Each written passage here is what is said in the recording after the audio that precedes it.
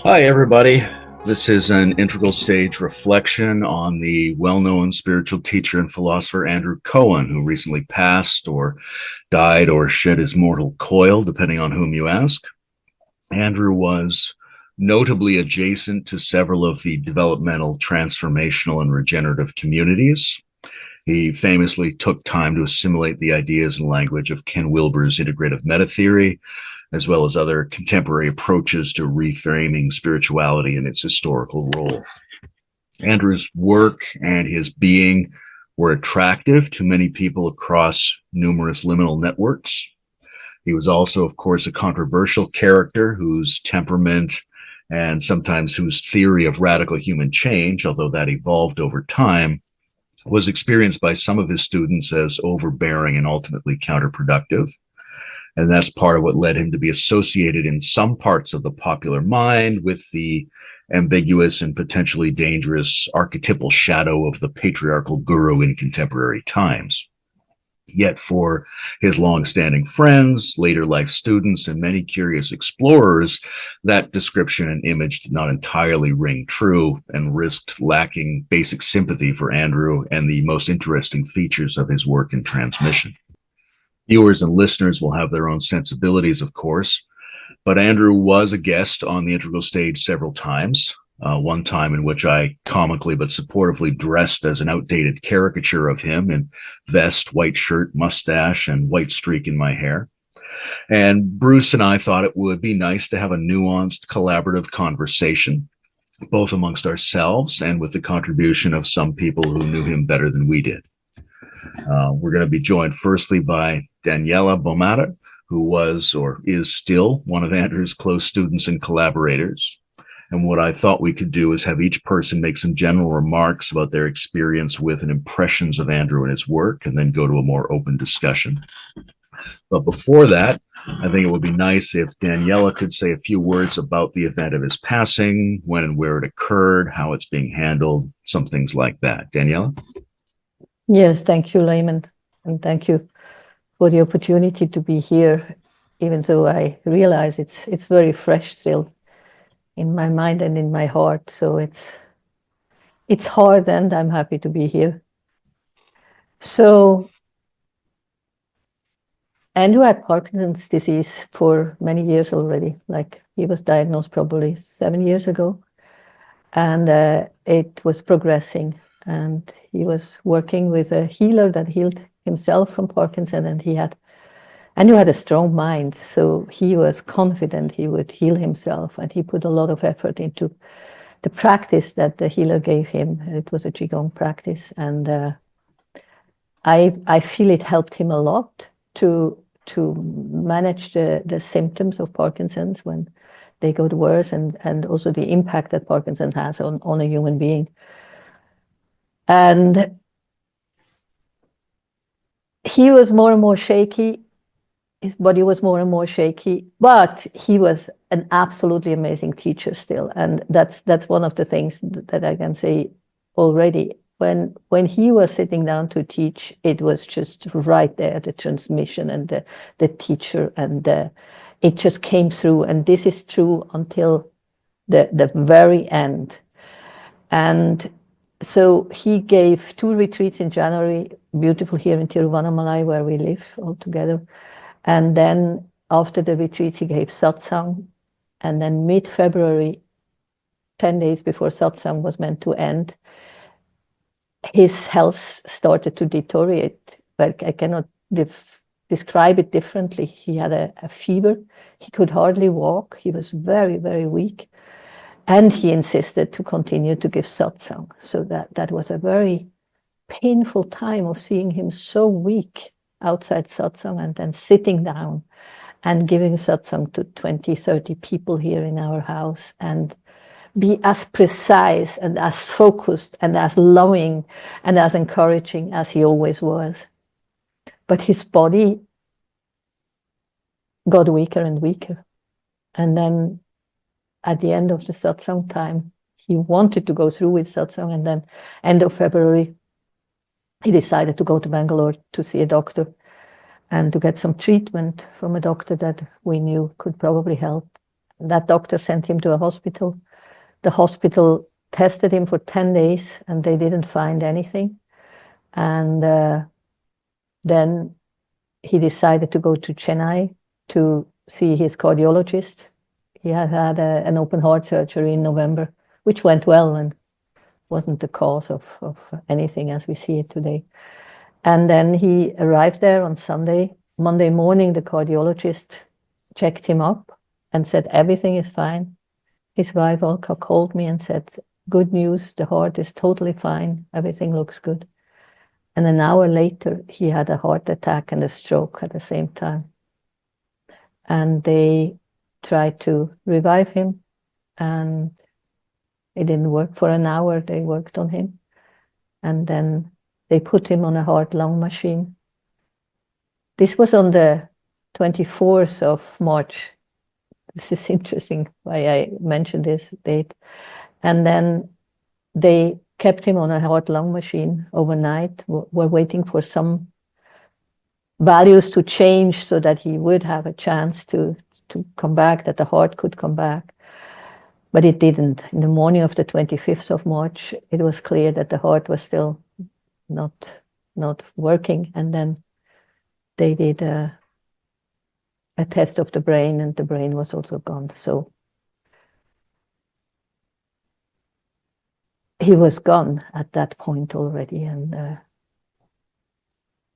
then they switched off the machine, and he was dead. I cannot even say he was then dying, because it looks like he was gone by then.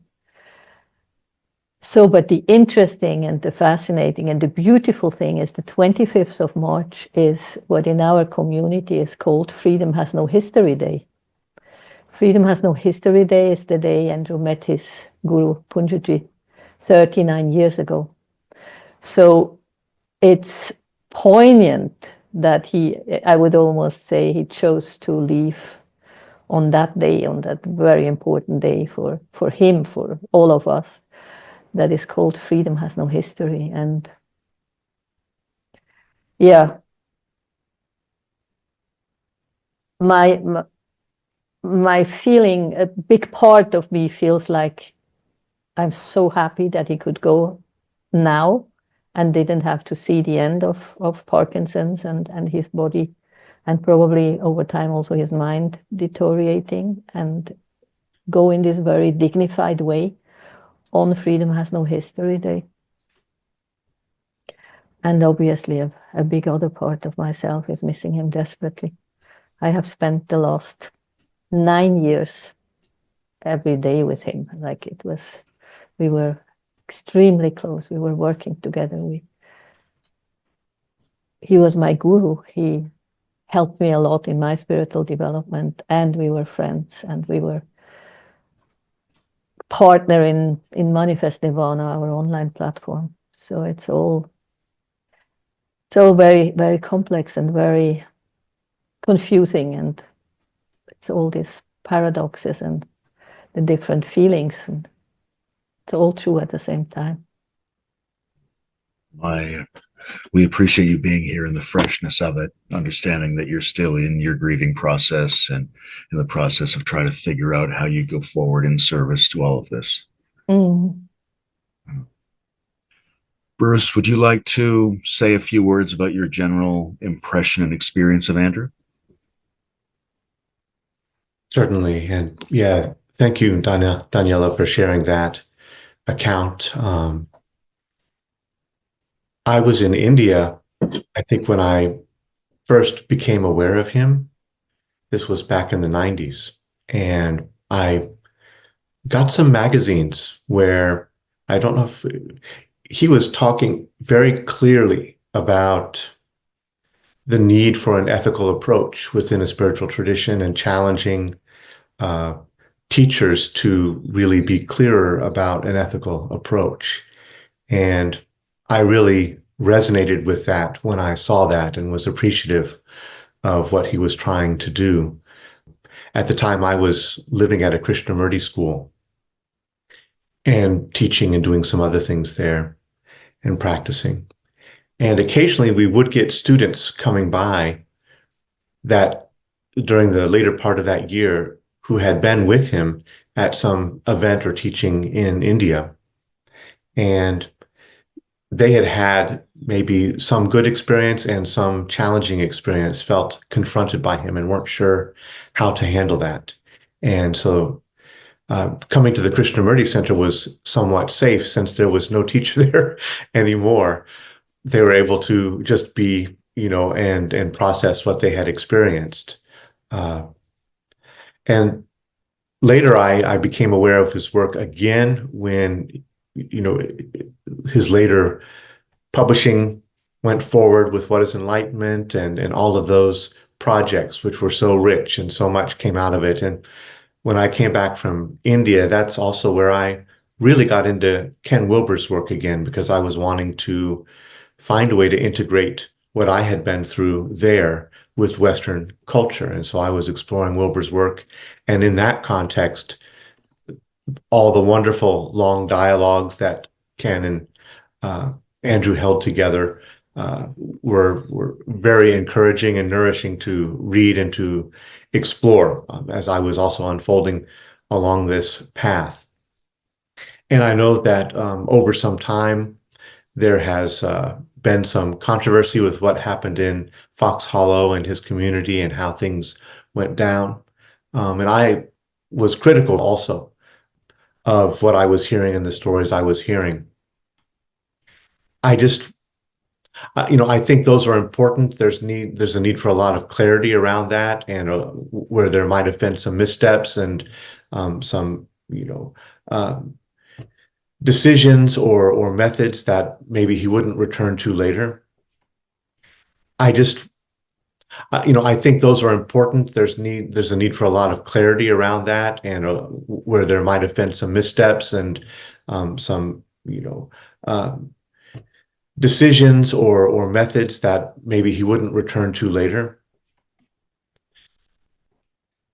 I'm hesitating right here just because I'm feeling into what shifted for me. He was never a teacher for me, but not in a direct way, not as a teacher I went to and did satsang and that sort of thing. But I felt real resonance, connection, tenderness, a great deal of, even though he was hesitant and quiet, a real power coming through. I remember feeling, that with the three of us entering a different kind of state together. And I think I'm getting a bit choked up because while, I don't, I don't know when it would have happened, I would have come to see him. I had some very beautiful times in Tiruvannamalai back when I lived in India and did a number of the circumambulations of Arunachala and went up the hill. And it's just a magical place. And it's I think it's a beautiful place for him to have chosen to spend the last chapter of his life. And I'm hopeful, in the conversation going forward, we can hear a bit more about that chapter and what was manifesting with Manifest Nirvana. But yeah, there's much more to share, but that's a brief arc of my experience with him. And I can say,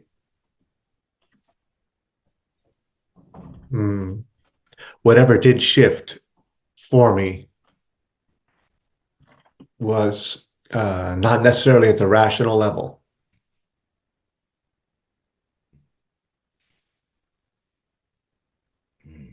Thank you.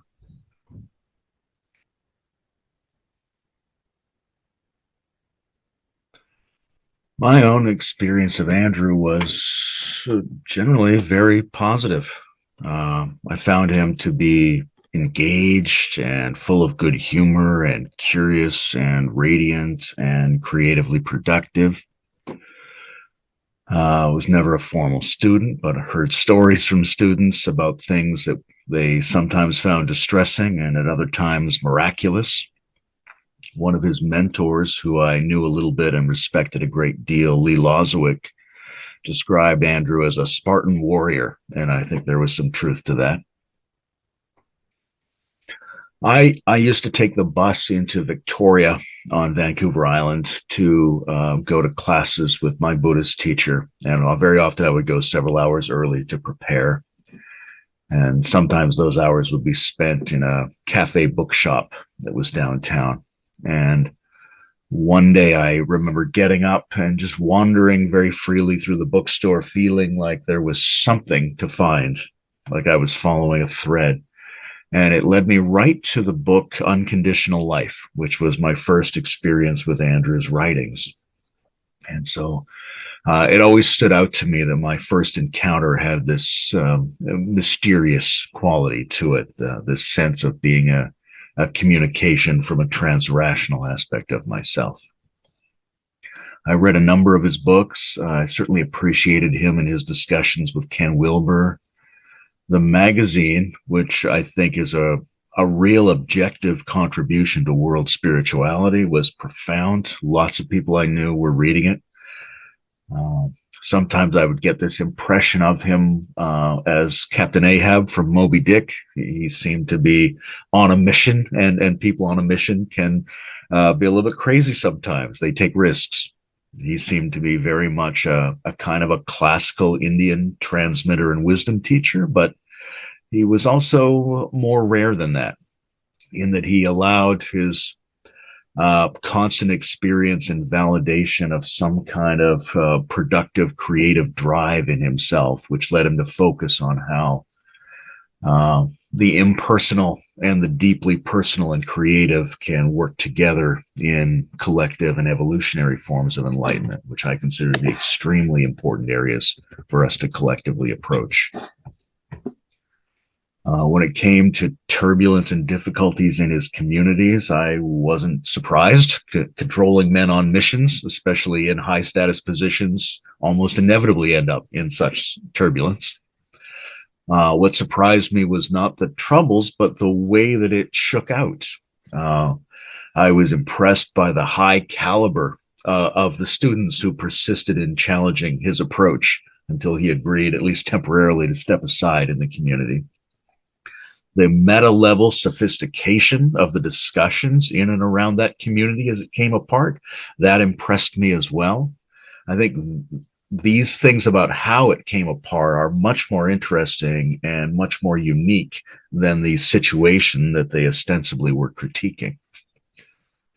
I really appreciated the struggles that Andrew subsequently went through to try to expose more of his humanity and humor and compassion that he details in the Bodhisattva and Shadow book, that I think is kind of required reading for anyone who wants to understand how classical spirituality is trying to move forward at this time in history. I really felt a good balance in my last few interactions with him between this role as special radical transmitter and his progress as a human being. It seemed to me that there was real progress there. And I think I tried to say to him that that was my view and that both of those things were necessary, and that I really appreciated and wanted to prioritize the work of blending those two elements together. He and I had several exchanges about the nature of meta-modern spirituality, post-metaphysical spirituality, about ways to think about spiritual community that aren't homogeneously egalitarian, nor exaggeratedly vertically dependent on a single high-status individual.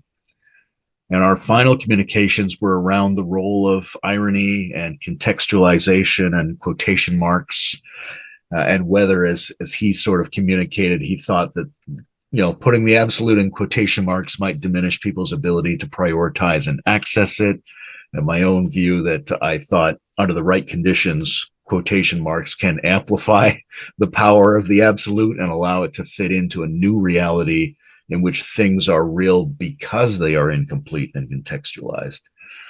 So that's the arc of my engagements with Andrew, and I'm delighted to think of him, and I miss him. Maybe Daniela, you would tell us a little bit about your story with Andrew. Yes, I would love to. I found Andrew in 2008, right out of a divorce that I went through, looking for a spiritual teacher on the internet. And I found Andrew, I found Enlightenment. And I actually found his Universe project, which said nothing less than, we want to create a culture beyond ego. And that was and still is the hook for me. So I often said that his teaching was what attracted me most. There was a power in what I found there on the internet right away of a liberation teaching that is not pushing away the world, but is actually positioning us right into the world as human beings with the ethics and moral and how to live our life as in the end, as bodhisattvas, for the sake of the world, for the sake of the whole. And that was there right in the first second. And this was before I ever met Andrew. So this was my hook.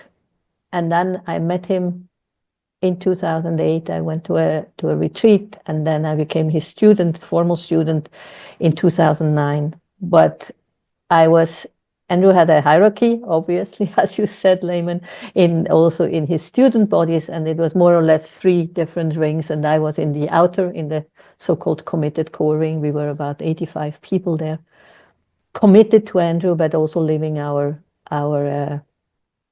normal life. I was a businesswoman with very high-level jobs, and I engaged in the teaching more and more. And I was totally pulled in by the power I felt of his vision. He was a real visionary. He wanted to awaken people to come together in awakened state. That's also why our intersubjective work always was so important. It was in the end never purely about personal enlightenment or personal awakening. The personal awakening was always a means to an end of coming together as awakened human beings to change something for real in the world. And this is what I found absolutely fascinating. But this is also what Andrew, in the end, in the last years, more and more felt like, is my vision actually possible? He was also a little bit disillusioned by everything that was happening, because while these high states among people in his community were real, I mean, we were flying at times on these higher states and working together in these higher states, and it was absolutely amazing. And in the end, it didn't prevent the crash. It didn't allow the conflict that was boiling up in the community towards 2013 to be solved in this space of awakened mind, which I still find an absolute tragedy, because I know so many people that were there, and all of them, and you will talk to some of them, and you know many of them are beautiful people. And it was not possible to solve this internal struggle in this awakened mind that was shared at times, like really for real. So then 2000, and yeah, probably one thing before 2013, while I was in this outer ring, I didn't experience any of the bad things Andrew was accused of. What I did experience is that the structure was pretty rigid, wouldn't have been good to continue like this. The structure was too rigid just as a hierarchical structure, not even just because of Andrew. The whole structure was rigid, and it was also producing beautiful results in this rigidity. So there are still two parts in me where I feel like, how else can we then do it than holding it tight and don't compromise, don't let anybody just do whatever they want, but actually focus on this utopian vision of awakening the whole world.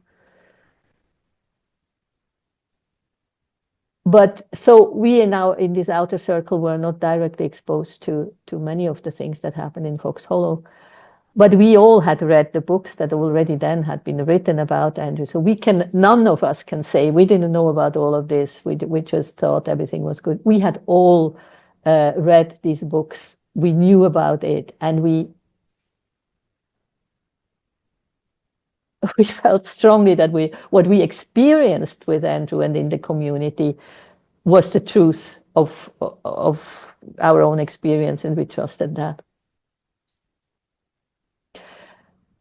And at that point, up to 2013, for me, Andrew was just an amazing teacher, and I loved his retreats. But there was not, I would not even say this strong guru connection that some people had, like this devotion to the guru.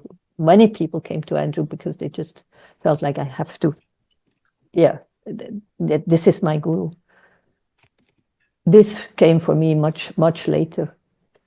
Then 2013, everything crashed. And then I was one of the very few, very, very few, handful of people who stayed in contact with him when he went into his sabbatical. I had Skype calls with him. I was talking to him. And then over time, we became closer. And in 2015, when he emerged from the sabbatical after everything he describes in his book so beautifully, he asked me if I would help him to rebuild, to restart, to start teaching again. And that's what we did together, a very small team. And that's also where my relationship with him as the guru started. The friend and the man that I supported organizationally, and the guru that helped me in my spiritual development and pushed me and challenged the ego in a very real way. So many of the old communities often refer to me as the one that still hasn't seen what was happening and wasn't there when the bad things happened and therefore is deluded. But the reality was I was totally there after the crash, and got a good experience of the good and the bad, and it was all very, very worth it. And in the end, he pushed me through something, through a resistance that I wouldn't have been able to push through on my own. And that's what the guru is here for. And and I'm endlessly grateful for that.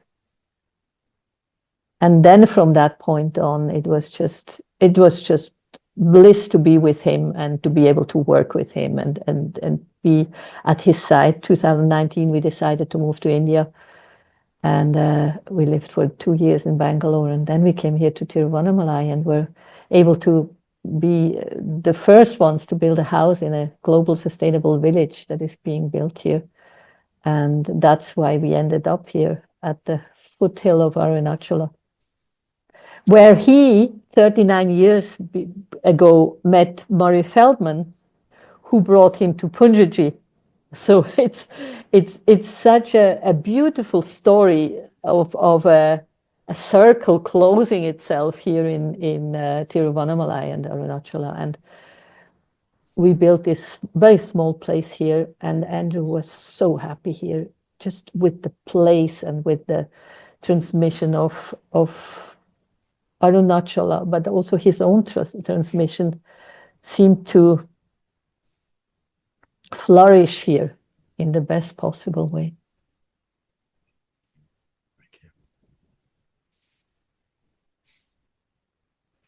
Bruce, I wonder what your impressions are of how Andrew was regarded and treated in the meta integrative community over the last, 10 or 15 years.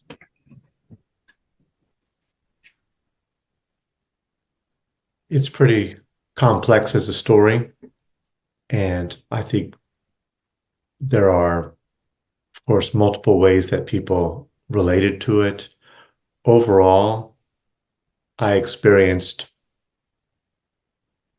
a fairly strong closure against him and a really deep disappointment among many people. And in the early phases of that, as it came down and as it looked like he was really talked into having to let go of what he was holding, I was among the people that felt that that was justified, that it was really, some serious mistakes had been made and some accounting needs to be done and some healing needs to happen. And I know it's more of a complex story than that. I was always an outside observer, so only hearing circulating stories and complaints and things like that. I remember when it first was announced that he was emerging and there was going to be a new organization. There was a lot of skepticism around it. Is this going to work? Is he just trying to game people again? Is he hoping that everybody forgot after a few years? And I also was a bit suspicious, but curious nevertheless, because he had been gone. I wondered what had happened to him and for him and through him in that period of time. As I think things unfolded from them, the documentary came out about him. He also published a book about, the book you mentioned about the Bodhisattva in the shadow. I could see from my side that there was real effort to own what had happened and to move forward in a productive way, in a growthful way. And again, I could understand the ambivalence around this. Was this performative in order to be able to keep doing what he was used to doing? Or was there something genuine there? And I think for collectively as a community, it's also probably reasonable to have that caution until you can have more direct understanding of what's really happening. I think that's reasonable. My own experience of attitudes that I encountered around the community, I eventually became a bit frustrated with them because among a number of people, I felt an unwillingness to even entertain the possibility of any kind of transformation, any kind of growth, any kind of opening, any kind of possibility for reconciliation. It was bridges burned and done. And I have to be very cautious about, how I frame that, because I understand that there are some people who were very directly impacted and they may have good reason for not being able to or not being willing to make that step towards reconciliation and reorientation. But for me, I was happy to see it particularly in light of other teachers around the integral community that also had controversies. Ken was known for choosing visionary, usually forceful kinds of people, people who had a certain force of personality, the gloriously big egos in one way. I'm using that playfully there. That left some damage here and there, and in some significantly so and ongoingly so. And so among some that I saw that did not appear to take any steps towards ownership of shadow, of ownership of missteps, Andrew stood out as an example of how to handle that better. Maybe not perfectly, but definitely better than mostly we were encountering from some of the other figures. And I remember when this is a bit of a confession. I think I've said it before, but when we first opened the integral stage as a channel, one of the things we were orienting towards was giving space for voices who had not had much place in the earlier media environments, and also just talking to ordinary people who were being transformed by this perspective and this kind of work. But one of the things that I outlined when I was opening up the channel was, I don't want any of the old faces here. And so that actually included Andrew and a number of other people. I said, let's not do that. But as I watched what was unfolding with Andrew's own processing of what happened, I said a yes. I said, no, I think this is important. I want to hear from him. I want to connect with him and see. And I think we had a beautiful couple exchanges, and I'm really glad we were able to host, right, and participate in and be part of. So yeah, that's just the personal side there, but it's a complex situation. I think people don't know how to navigate the dynamics of a guru relationship in our modern time, in our postmodern influenced culture, and what are the right ways to hold hierarchy and heterarchy, and to allow both together. Sloterdijk talks about the rhizome, that there's also basically a tree is a vertical rhizome, which it allows for the hierarchical growth and differentiation as well as the horizontal. And so often in postmodern culture, we only focus on the mycelial, on the horizontal differentiation, and not the branching differentiation that can happen also. So I think that's an experiment that is still ongoing, to hold both of those things at once and with depth and with integrity.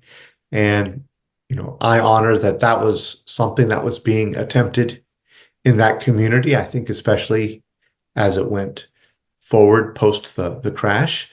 And, while there are,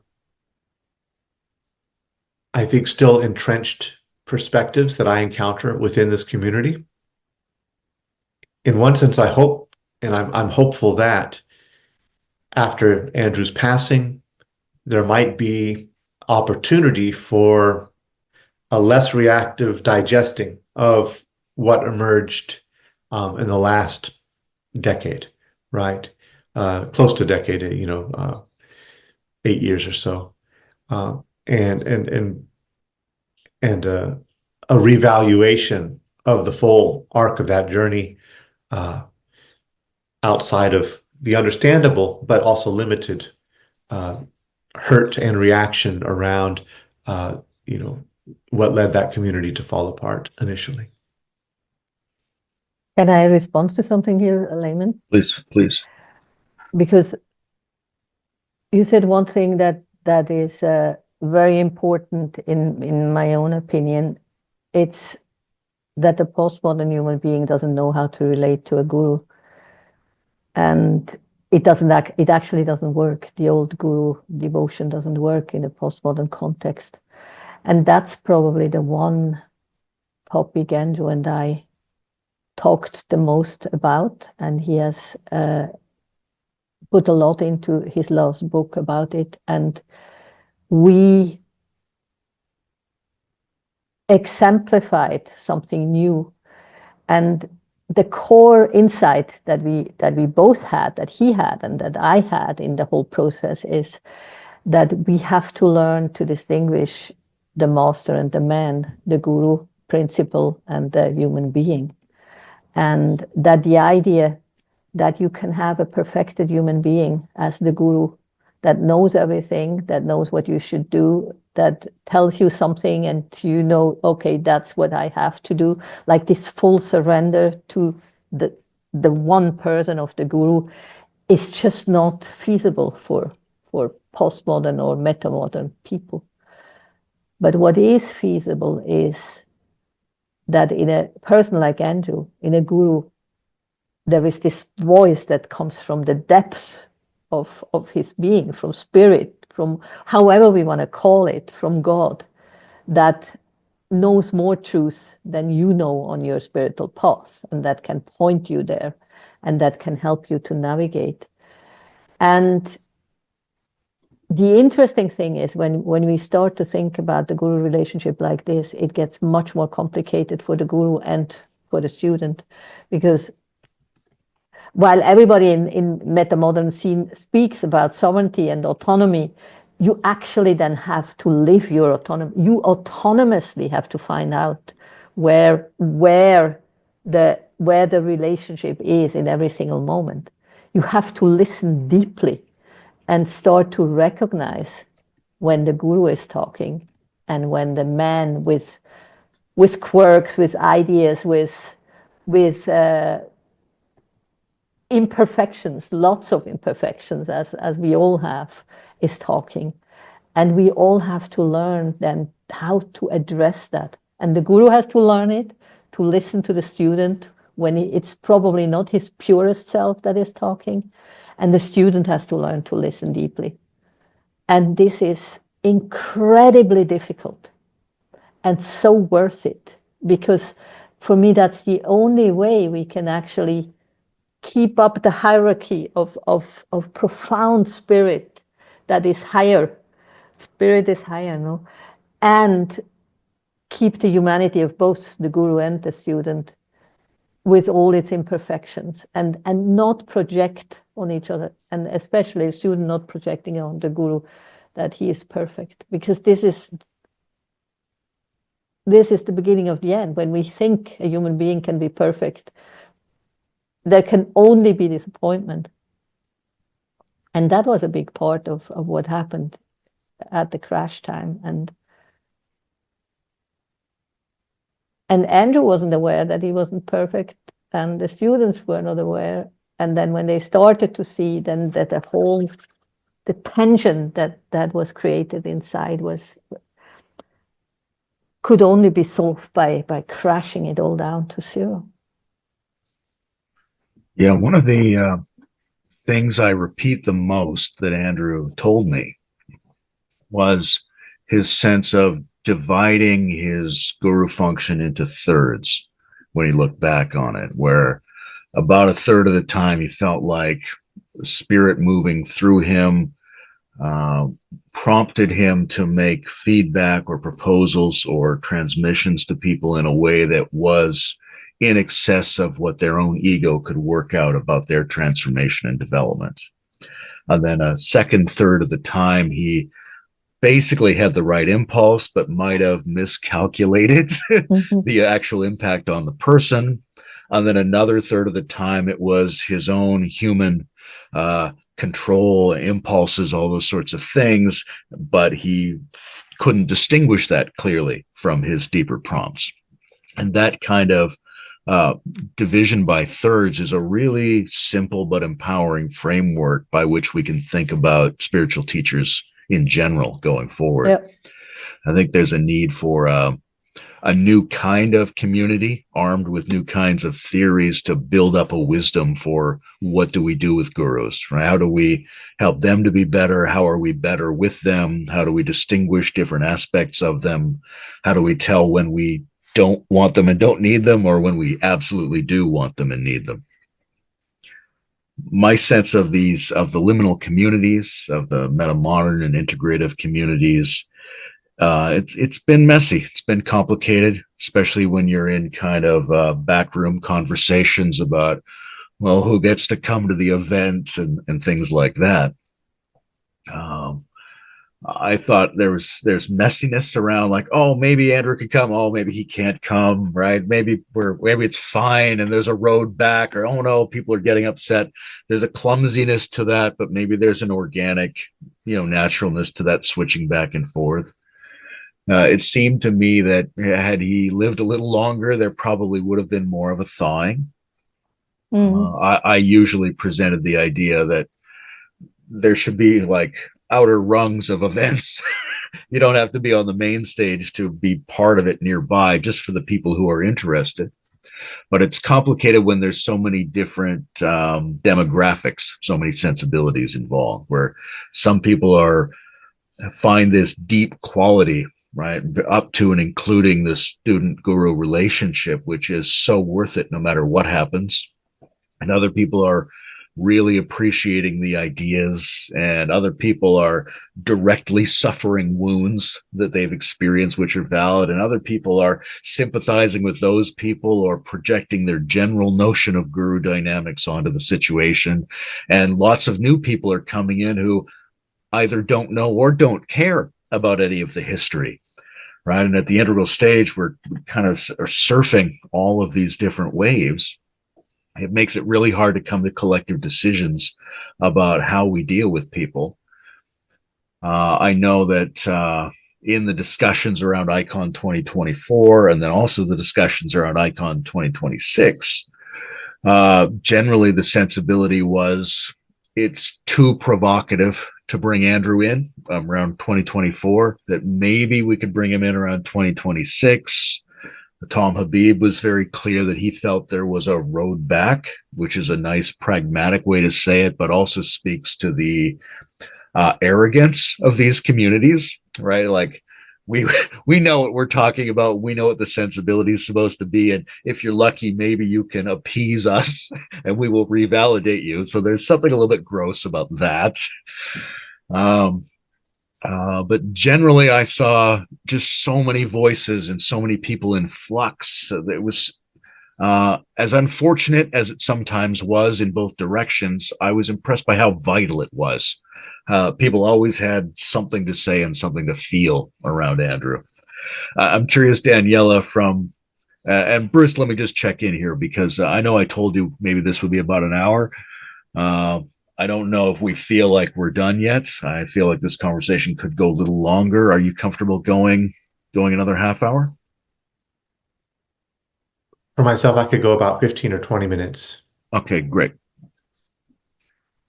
I would love to know from your perspective, Daniela, how you saw the Andrew's relationship with the sort of new thought and new community cultures and networks that are trying to emerge.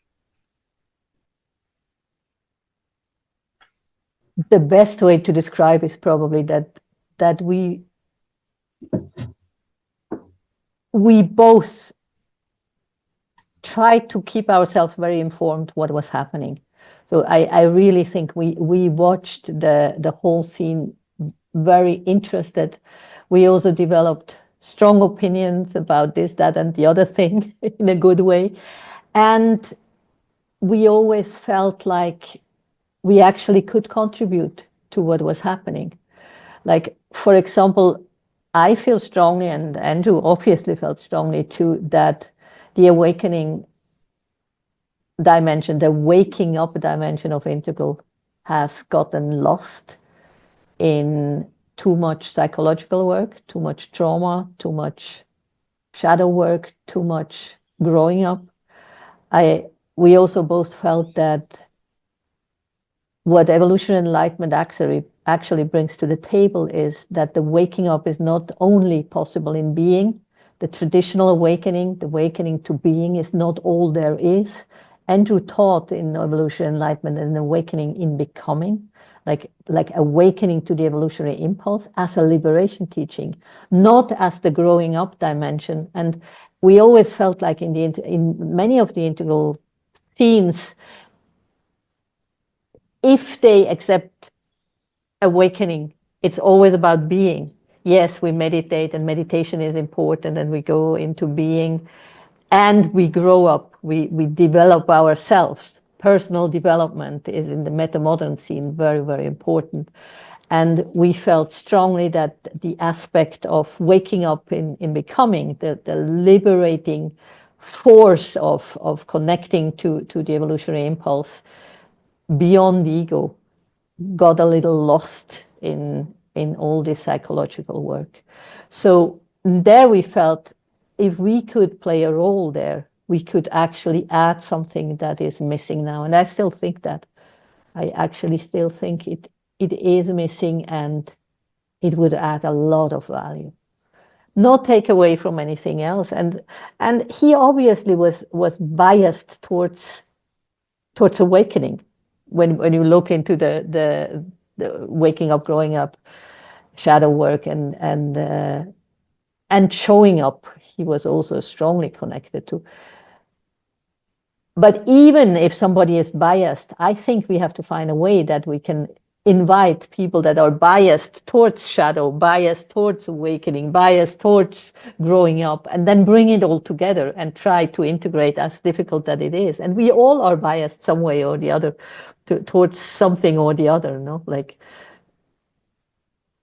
I'm more a transcender than anything else. I'm very much with Andrew, therefore I was with Andrew, that when we actually can transcend, when we can wake up, then all the smaller shadow issues, or many of them, just disappear. Many of the victimizations, many of the psychological problems disappear when we truly can wake up.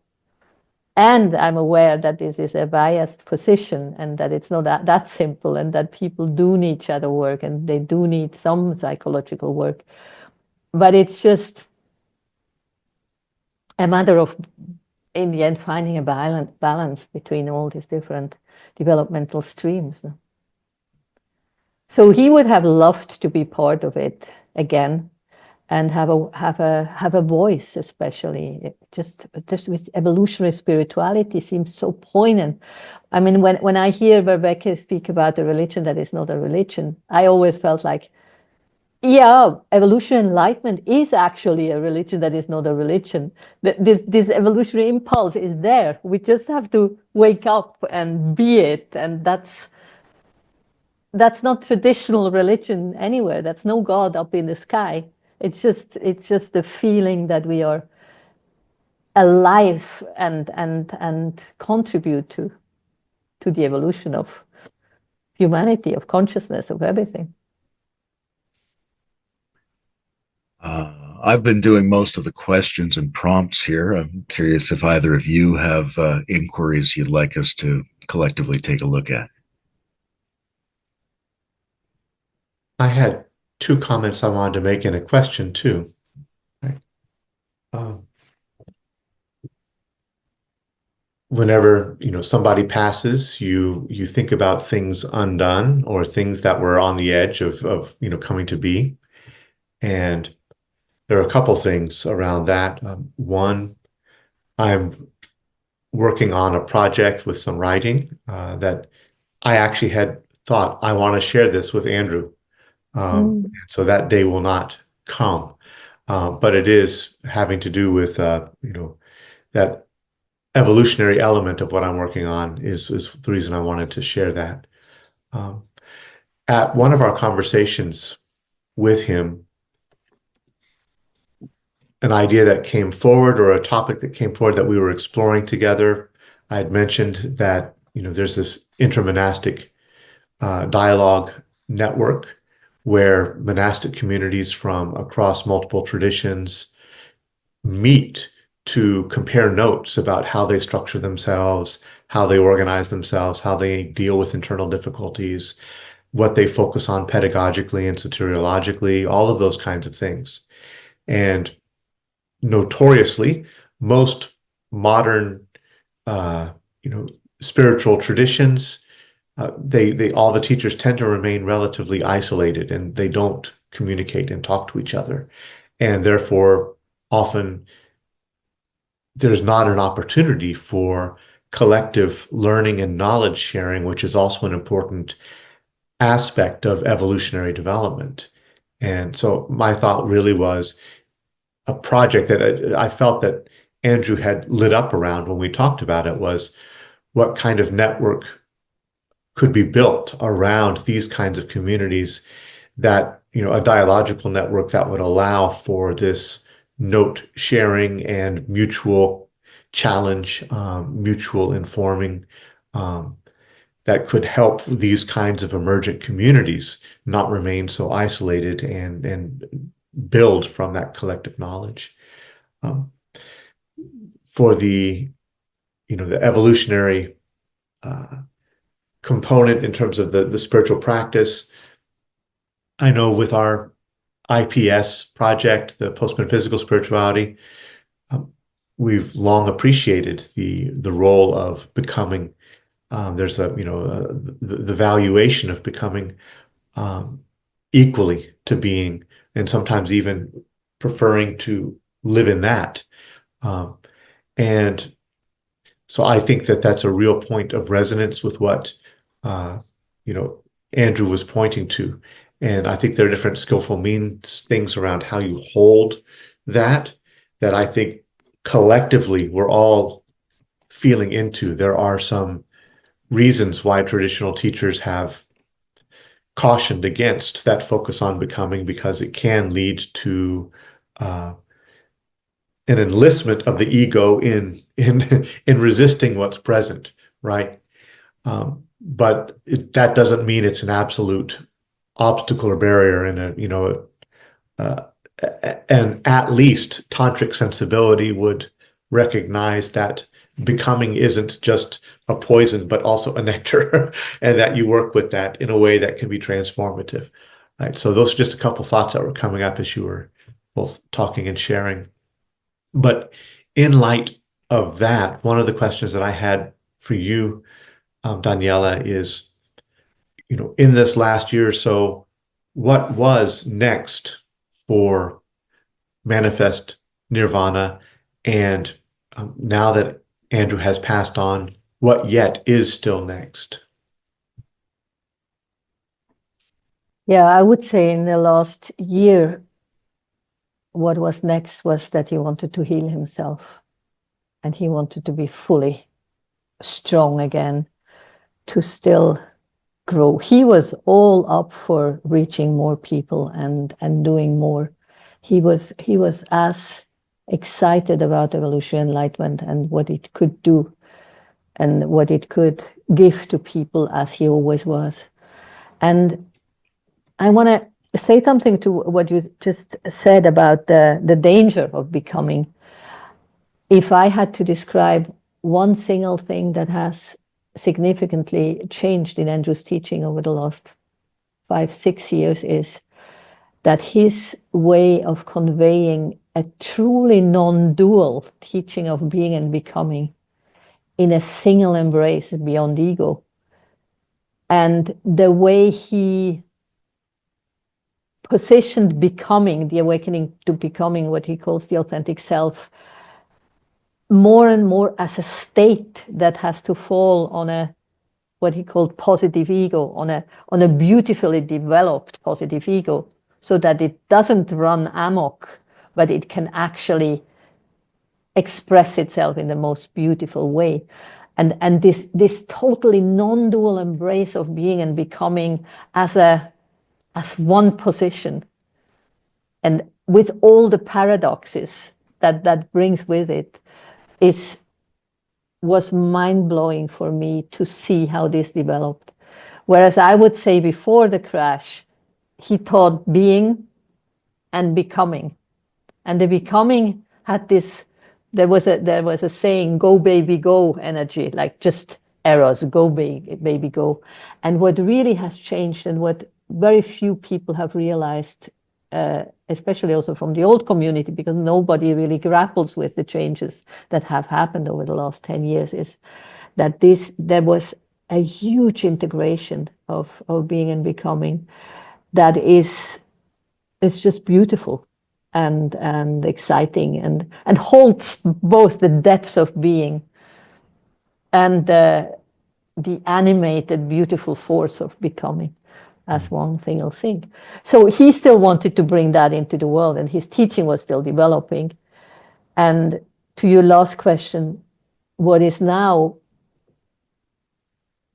there is a clear answer. We have paused Manifest Nirvana for 3 months with the one single aim to leave all the space needed for the new to emerge. We are a very, very small group. We have not yet proven any points of how this new teaching would look totally different. But there is a small core team that is convinced about the value of the teaching. But we didn't want to just continue. We could have, there was a program running of intersubjective dialogue. I could have, for a while, do the teachings, and we could have just continued, but we decided not to do that and leave a lot of space in the next 3 months to see what wants to emerge and also which people want to stay connected and who wants to move on to different paths and to find out what the right thing is to do. But we got so much from Andrew. I have no doubt that there will be emergence, and we will find out. But there is absolutely no need to know it now. I was just going to celebrate the way you described being and becoming coming closer together, which is sort of one of the things the metaphysics of adjacency looks at quite a bit, how those things are not only next to each other, but how the next two can become more intense. I very often am trying to describe being as a special function of becoming, but underneath that, at a more profound intellectual layer, it's not possible to think them apart from each other, as far as I can tell, right? Becoming has to have enough being in order to be becoming, and being has to have enough becoming in order to be active as being. So you can't actually think them separate. You can only think them in various relations. I also like, had he lived, the conclusions he drew in his last year about health and empowerment and strength would be very interesting. One of my favorite things about Nietzsche is his gratitude to his periods of illness and how much he learned about the human condition and about what health is from being deep in sickness of various kinds. So that would have been lovely to see. Maybe while Bruce is still here, you could say a few things about what the funeral rites have been and may still be. Yes.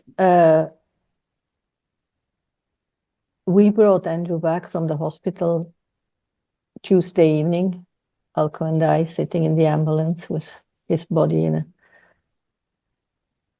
coffin. And we brought him here into the living room of Andrew's house and had a glass coffin there, a cooled glass coffin because it's hot here. So they have these cooled glass coffins. And he was there, and people came to say goodbye to him on Wednesday. And on Thursday, we had the funeral celebration. I don't know if you saw, I broadcasted it in a very amateurish, very messy, very difficult, on many levels, difficult way. But many people attended it and were able to say goodbye.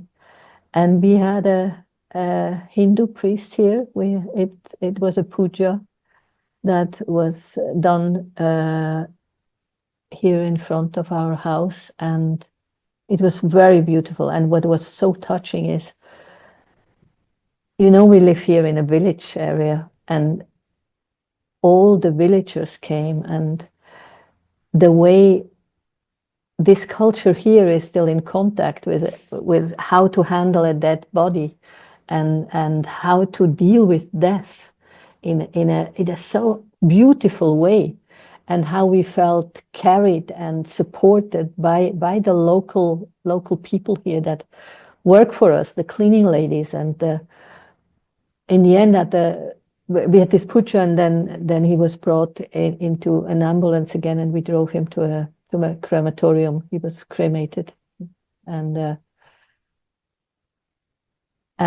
the rituals that were needed at the cremation ground were done by his barber and our dhobi who irons our clothes. And there was such a dignity and such a beauty to see. All these people obviously loved Andrew, and they were not students or anything. They felt that who he was, and they honored that, and they supported it. And it was interesting in the broadcast. One person said, "I'm out of here. This is never what Andrew would have wanted. He is not a Hindu." And that was so shocking for me, because I knew it would be so beautiful for Andrew. He would have loved it, just because it was all so appropriate. And so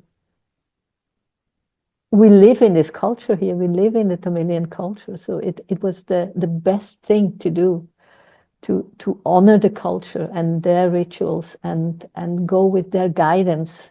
They were guiding us with what needed to happen here in south of India. And it was such a dignified experience. And yeah. And I think people really appreciated the broadcast. We showed the body in the coffin, and I do think it helped many people to get to terms that he's actually dead.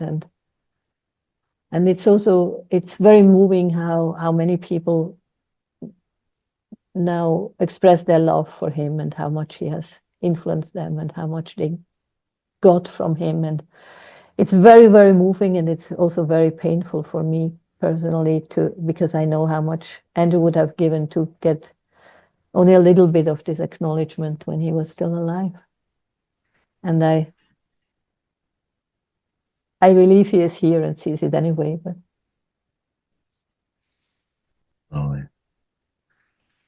well, I guess we'll let Bruce go and wrap this up. I know that we're going to have some other discussions that we're going to try to edit together into a remembrance of Andrew. And I know that you're going to be involved in doing some interviews and some outreach to other people who had experience of Andrew as well.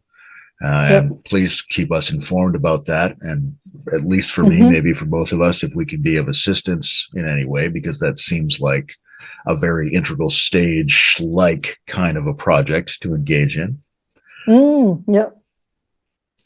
Otherwise, thank you very much for sharing all of this with us, especially in the ongoing rawness of the passing of someone very important to you. Yeah, thank you so much. Yeah, thank you. See you soon. So joining us now is our friend and fellow weirdness enthusiast, Carter Phipps. Hey, Carter. Hi, Layman. Hi, Bruce. Nice to see you both.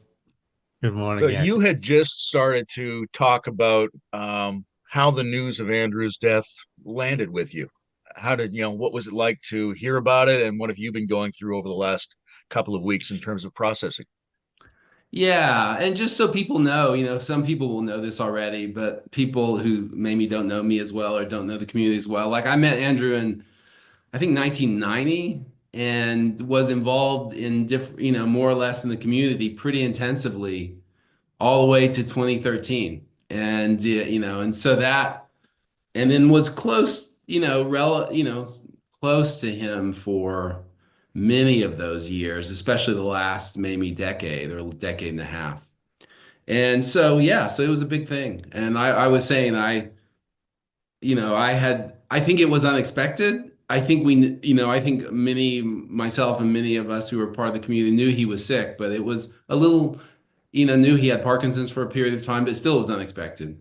And that it happened quite that fast. And I've been talking to friends about maybe going to see him one last time next year or something. And people had been communicating with him and knowing that maybe time was starting to compress, but it was still a bit of a shock. And yeah, it was emotional. I went through a lot of emotions around it. The week was, day after a few days of just intense churn for me. A lot of different emotions. And I think over time, then over the few days, I was able to kind of move through it and, kind of send him on his way and release him and hope, and look, there was a lot of water under the bridge in all kinds of ways. Some of it was, beautiful things and good things, and then some of it was difficult. And, whatever those aspects whatever the karmic aspects that were difficult and hard and made me stuck in some way, you kind of hope that with this transition, maybe that can all move forward in some ways that we don't understand. For him, for us, for other people, you kind of hope, that's the part of the nature of maybe death and rebirth, and let's hope that everything moves to a new dimension and everything kind of moves forward, and he can find his way wherever he needs to go next. Anyway, that's my kind of view, but yeah, there's all kinds of stuff. And I'm a little bit a little bit undecided about how much this is just a conversation and how much I should be like organizing and prompting the discussion. So I'll lean a little bit in that direction, but we don't have to go in that direction necessarily. Bruce, I mean, I asked you in the last discussion sort of how you thought Andrew was being held in these communities now, but I'm curious whether you think, at least for yourself, somebody who's had relatively limited interactions with him compared to someone like Carter, how much of this is just Andrew and how much of this is a larger question that is maybe constellated around Andrew about the role of guru and the role of kind of old school patriarchal teacher transmitter, like when we're having emotions about this, do you feel a kind of ambivalence or a doubleness relative to how much is Andrew and how much is a whole swath of questions that the world, but particularly developmental communities, have around this kind of person, this kind of interaction? Yeah, definitely. I really feel this is deeper than just Andrew, while of course it's importantly uh, flavored by what he brought and who he was right now. Um, I recall from our conversation with him some years back, maybe it was 1 or 2 years ago, where he expressed some disappointment around how the integral community in particular handled the breakup of his community and how we processed it and took lessons from it or not. And that he had a kind of complaint that we just treated it like another fallen guru story and moved on, washed our hands and moved on. And he had hoped for more engagement around that. And while maybe he wanted some engagement around that in terms of valorizing his role in that in more of a way than we did. On the other hand, I think he was really making a good point with that, which is that it's a real challenge in a postmodern culture. How do you create a container that still creates the conditions for transmission, if that is something real, and yet also holds room open for sovereignty and integrity and autonomy of the individual in a way that is important in a postmodern or post-postmodern, setting. So I don't know that we've really dealt with that well. I think there's a kind of a shallow, dismissive thing that we can do around it. Um, but also there's a kind of a shallow throwaway abandon and let's just go in and do the thing. And, so I think there's a real opportunity here for reflecting on this pretty deeply. And frankly, especially reading your reflections, Carter, after the Mm, fact, and yeah.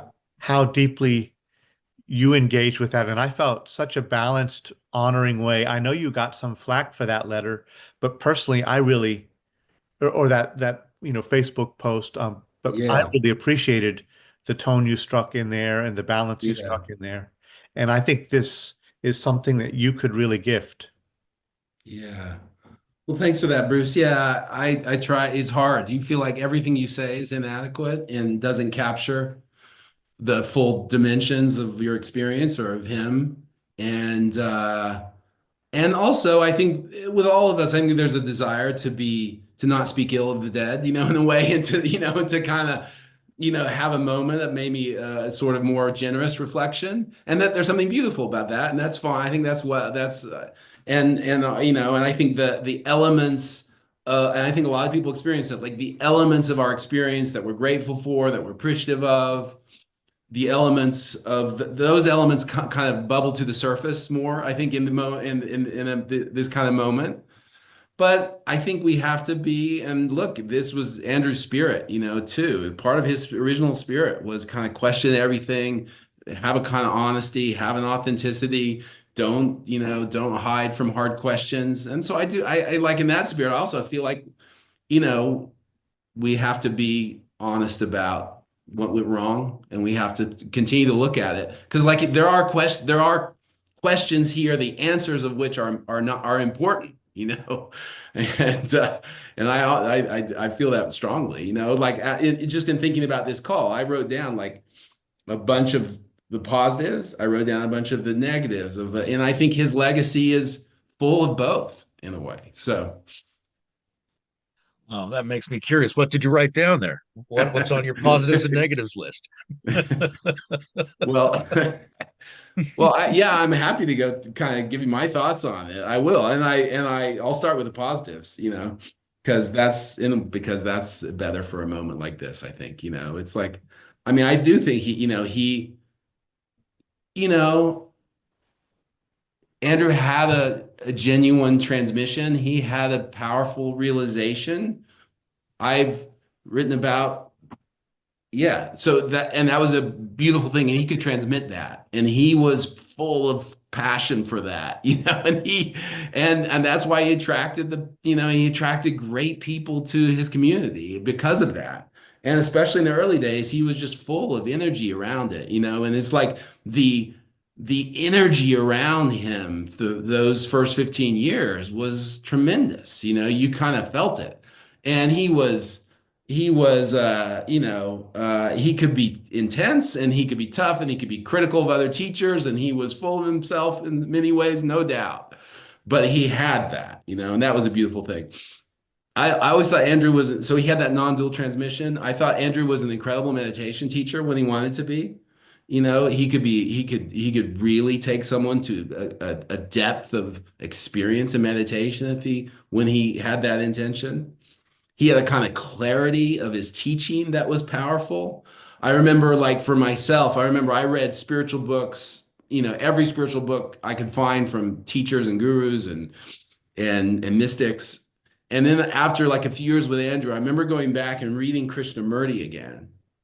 And I remember like I understood it now. Like I really understood it. But that's just because of the clarity of his transmission, the clarity of his teaching is like, oh, now I read it completely differently, and I think that speaks to how much he tried to articulate things with a certain kind of clarity and rationality. Um, I think this is an interesting one. He cared deeply about ethics. Now that has to be said with a caveat because he transgressed in different ways. But the mistakes he made were not mistakes of like, I'm just going to let myself go and do ethically bad things, really. There was other types of mistakes. And he cared about integrity. He cared about ethics. He opened up an inquiry into ethics and other teachers. That's part of the kind of painful, poignant element of what happened is these were all, he part of the whole platform of his teaching was kind of built on I'm not going to make the mistakes that other teachers have made.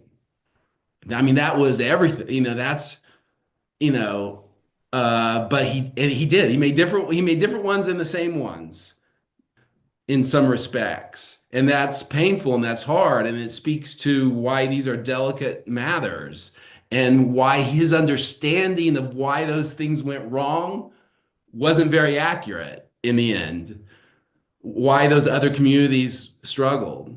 But that being said, he opened up that inquiry, he cared deeply, and we can talk about his relationship to relationships and sex, and maybe they're and different things, but he didn't transgress, he didn't sleep with the students, he didn't do all the typical guru things, he didn't do that kind of thing, which, it's like 90% of the teachers, it seemed like up to like 2000 had fallen into that trap, so he didn't do that, so um, that inquiry that he started, that he's seeking out other teachers, that deep inquiry, he eventually codified that in a magazine, and that magazine became a vehicle for spiritual inquiry that was unusual. And I was part of that, and that was an incredible journey.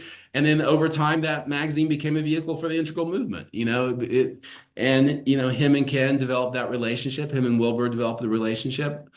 And that whole journey was its own amazing journey, and there was a lot of richness to it, and that was that repository for kind of spiritual inquiry and investigation was just, you got to give him credit for that spirit. And of course, we all participated in that, and some of that was my passion, other people's passion as well.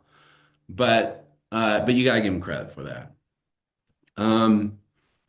The evolutionary dimensions of spirituality that we to some extent, it was I got Teilhard and Aurobindo on my wall there. I think I introduced Teilhard to Andrew, and other people. So it was a collective thing. We did it together, but he was the driver of it. And putting together this kind of evolutionary spirituality tradition from Gebser and Aurobindo and Teilhard and Bergson and that whole tradition, like codifying that and bringing that together and writing about that and understanding the spiritual life through that tradition, that emerging tradition. I mean, people forget, I know even Wilbur, of course, had some of that in his work. But even when he wrote Integral Spirituality in 2005 or 2004, whatever it was mostly Buddhism. It didn't have a lot of evolutionary dimensions to it. Now, of course, he was aware of these things, but Andrew really, and all of our community really pushed those evolutionary elements into the spiritual conversation. And that was interesting and rich and fascinating. And I think it's contributed in all of that.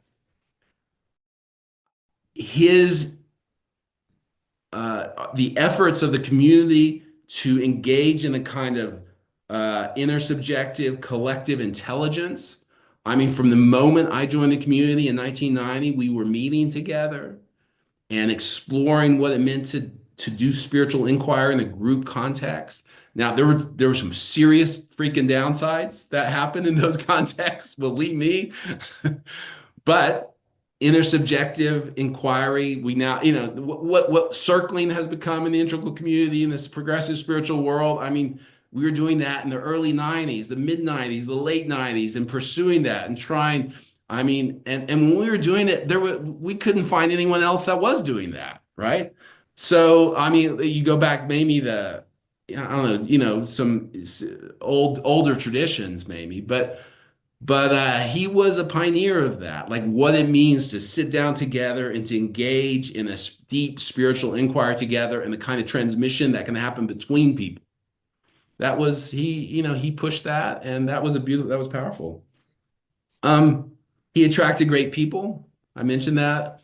He had an idea about what enlightenment was that wasn't just non-dual, but had this creative dimension to it, like to an enlightenment that was the realization of like what he called the evolutionary impulse, like the creative dimension of the universe, like getting in touch with that. So it wasn't just resting in being. It was like getting in touch with the spark of becoming as your own realization. And that was a power, and you can debate and discuss what that is, but that was a powerful notion and a powerful idea.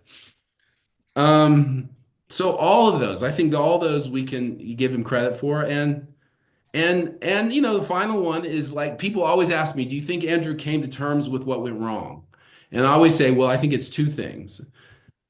That I think on one hand, it was I think in some deep ways he struggled to come to terms with it. I don't think I wasn't surprised by that.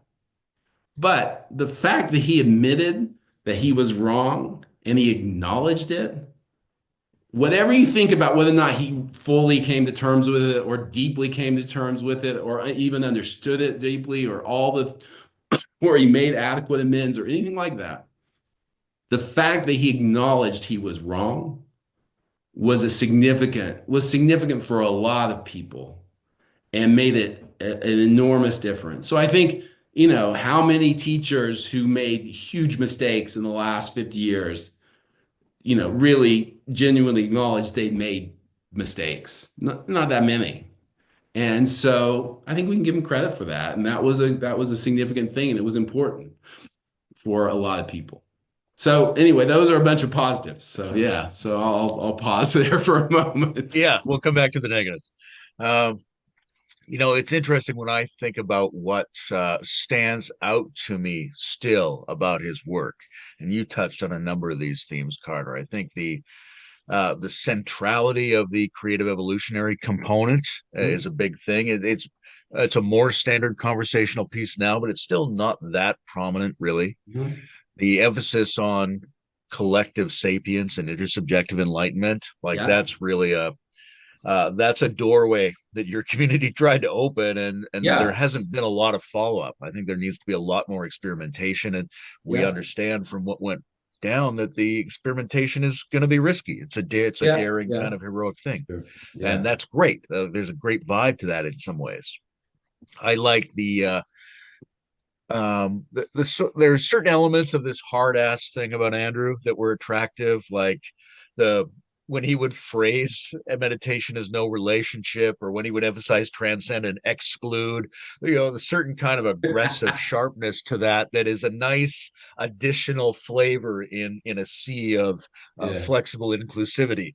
It's also, for me, I think the stuff around the magazine, I mentioned in the last interview, like how much of an objective contribution I think that magazine was. But one thing that really stands out to me is this whole thing about students going sometimes on their own, sometimes with the teacher, to other teachers in other lineages with other transmissions, and creating a kind of sampler platter of transmission and pointing towards some kind of planetary meta sangha where we can taste test these different things. That to me is a template for something that needs to go on more. And Bruce, I know you've mentioned, Bruce, you're really the attempt during that time to emphasize the ethical dimension is something that really stood out to you as important.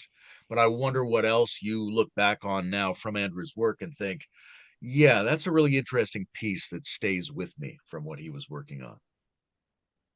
Yeah, definitely that piece. I remember, really being taken with Judith Blackstone's reflections on non-dual states, and typically, how rare it is in traditional literature to find accounts of what the intersubjective experience is of two or more people in an awakened state being together.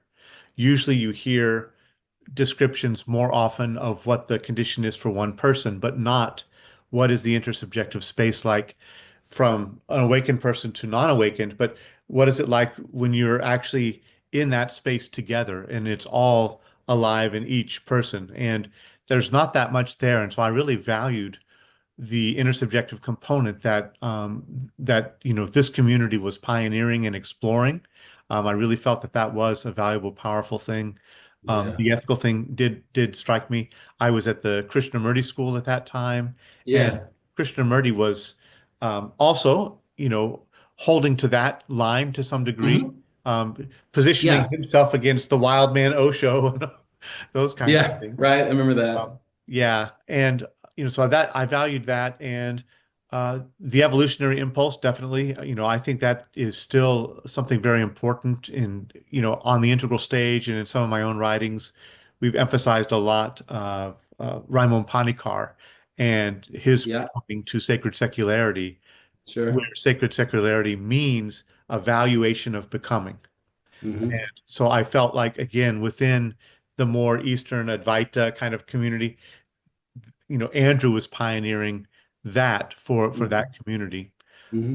One thing that I've brought up with Andrew and in the last conversation, what Layman was just talking about, what is Enlightenment made available in terms of that students going out and talking to different teachers and making Yeah, more of the letting more of the landscape become aware of itself, right? I think that yeah, was an important function. yeah. That's The right. piece that I was mentioning to Andrew and to Daniela also is, I think something like the intermonastic, dialogue network or community that exists within monastic communities. I think that's a project that should happen with these more independent kind of communities where it's not a publication that's showcasing different approaches, but it's more,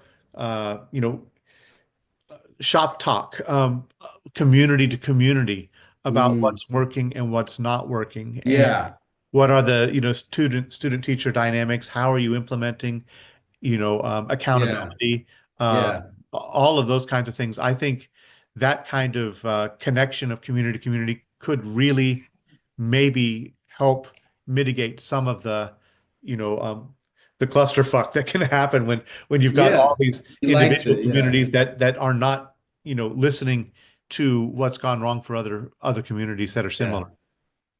That makes sense. I think we had a lot of community stuff, and that was good.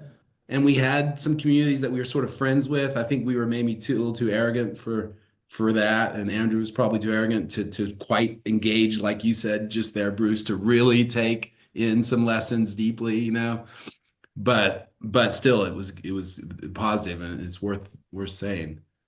I was going to add one piece. The last piece I was going to add, and God, you always feel like you're not capturing things enough. But Andrew had this, I think in the maybe even more in the early days, but maybe all through it. Like he had, I'll say the other quality he had, and you saw this in his teaching, is he had an incredible nose for authenticity.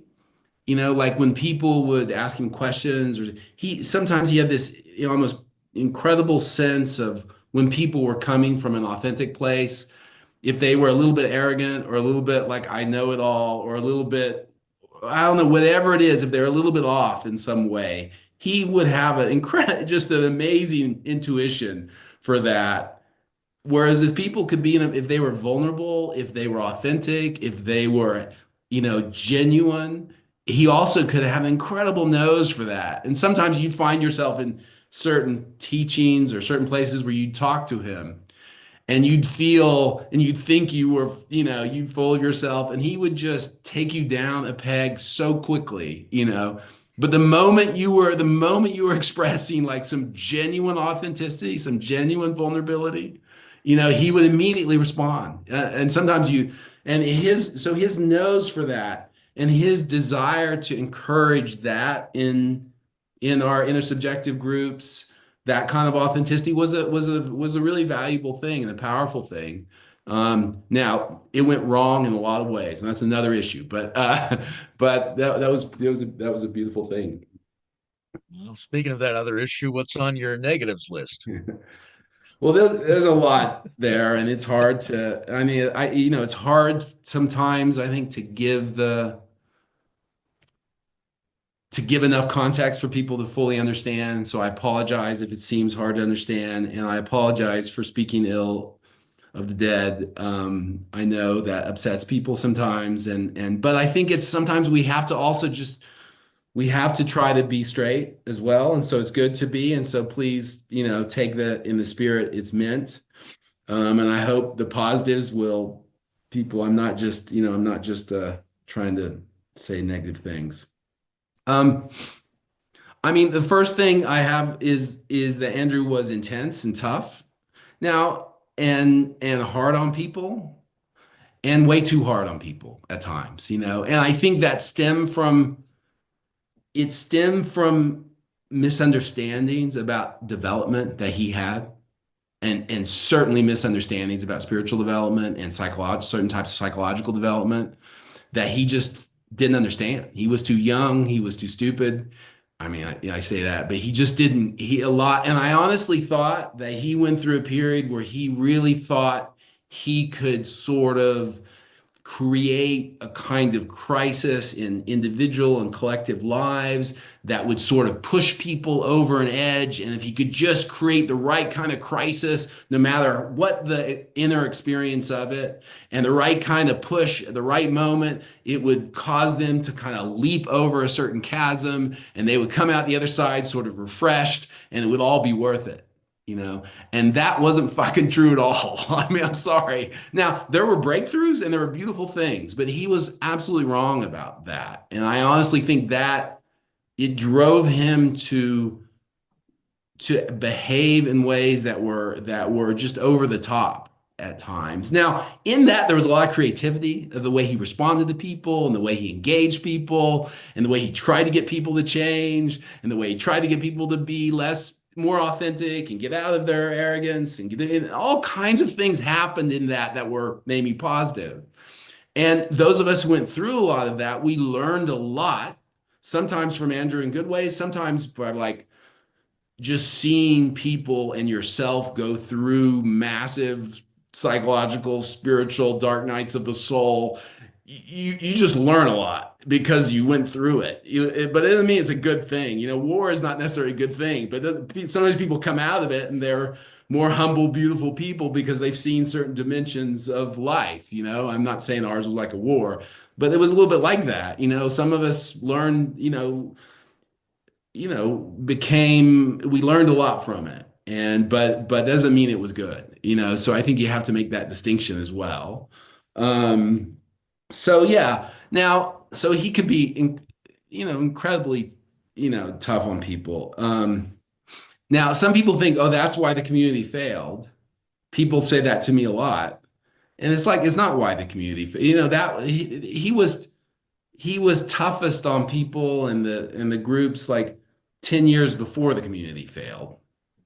You know, the community failed in the end, and this is a deeper question because he lacked integrity, because of his own integrity gap.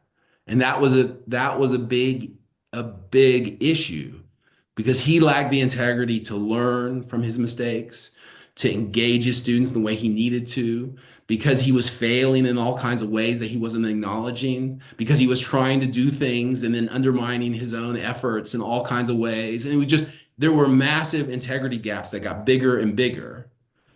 And that's why it ultimately failed. Not because he was just a tough teacher, even though he was a tough teacher and he was too much. I mean, but the result of that was he burned through people, you know. I mean, I remember like when I went to my first meeting with all the men in the community, the formal community in like 1991, let's say there were 50 people, 50 men, 10 years later, maybe a third of those were there. 15 years later, maybe 5. And over time, you just realized everyone leaves. I mean, I was there 20 years, and there's a certain point you realize it was almost absurd. Like everyone over time, and so much goodwill, so much good intention, so much loyalty, so much commitment, so many smart, intelligent, beautiful people.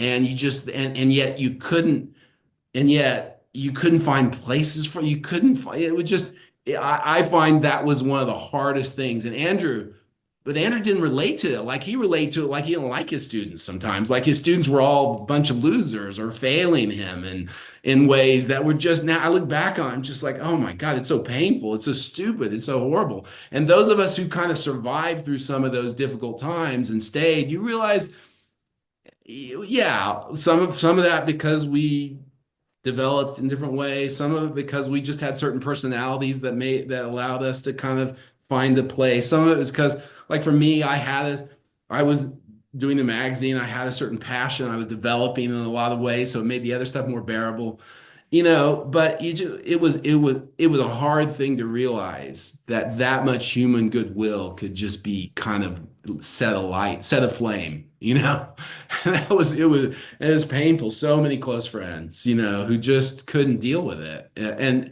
you start to realize, okay, they may have had their issues, but it's not really. This is a deeper issue than just whatever their egos or their whatever. So that was hard. I always say he was better at revealing gaps in your own development, spiritual, psychological, your ability to be authentic, to be a leader. He was better at revealing gaps than knowing how to help people close them, you know? And there was a lot of shame and negativity about that. Like the things he would say to people and the way he would relate to those gaps were just like, you shouldn't do that.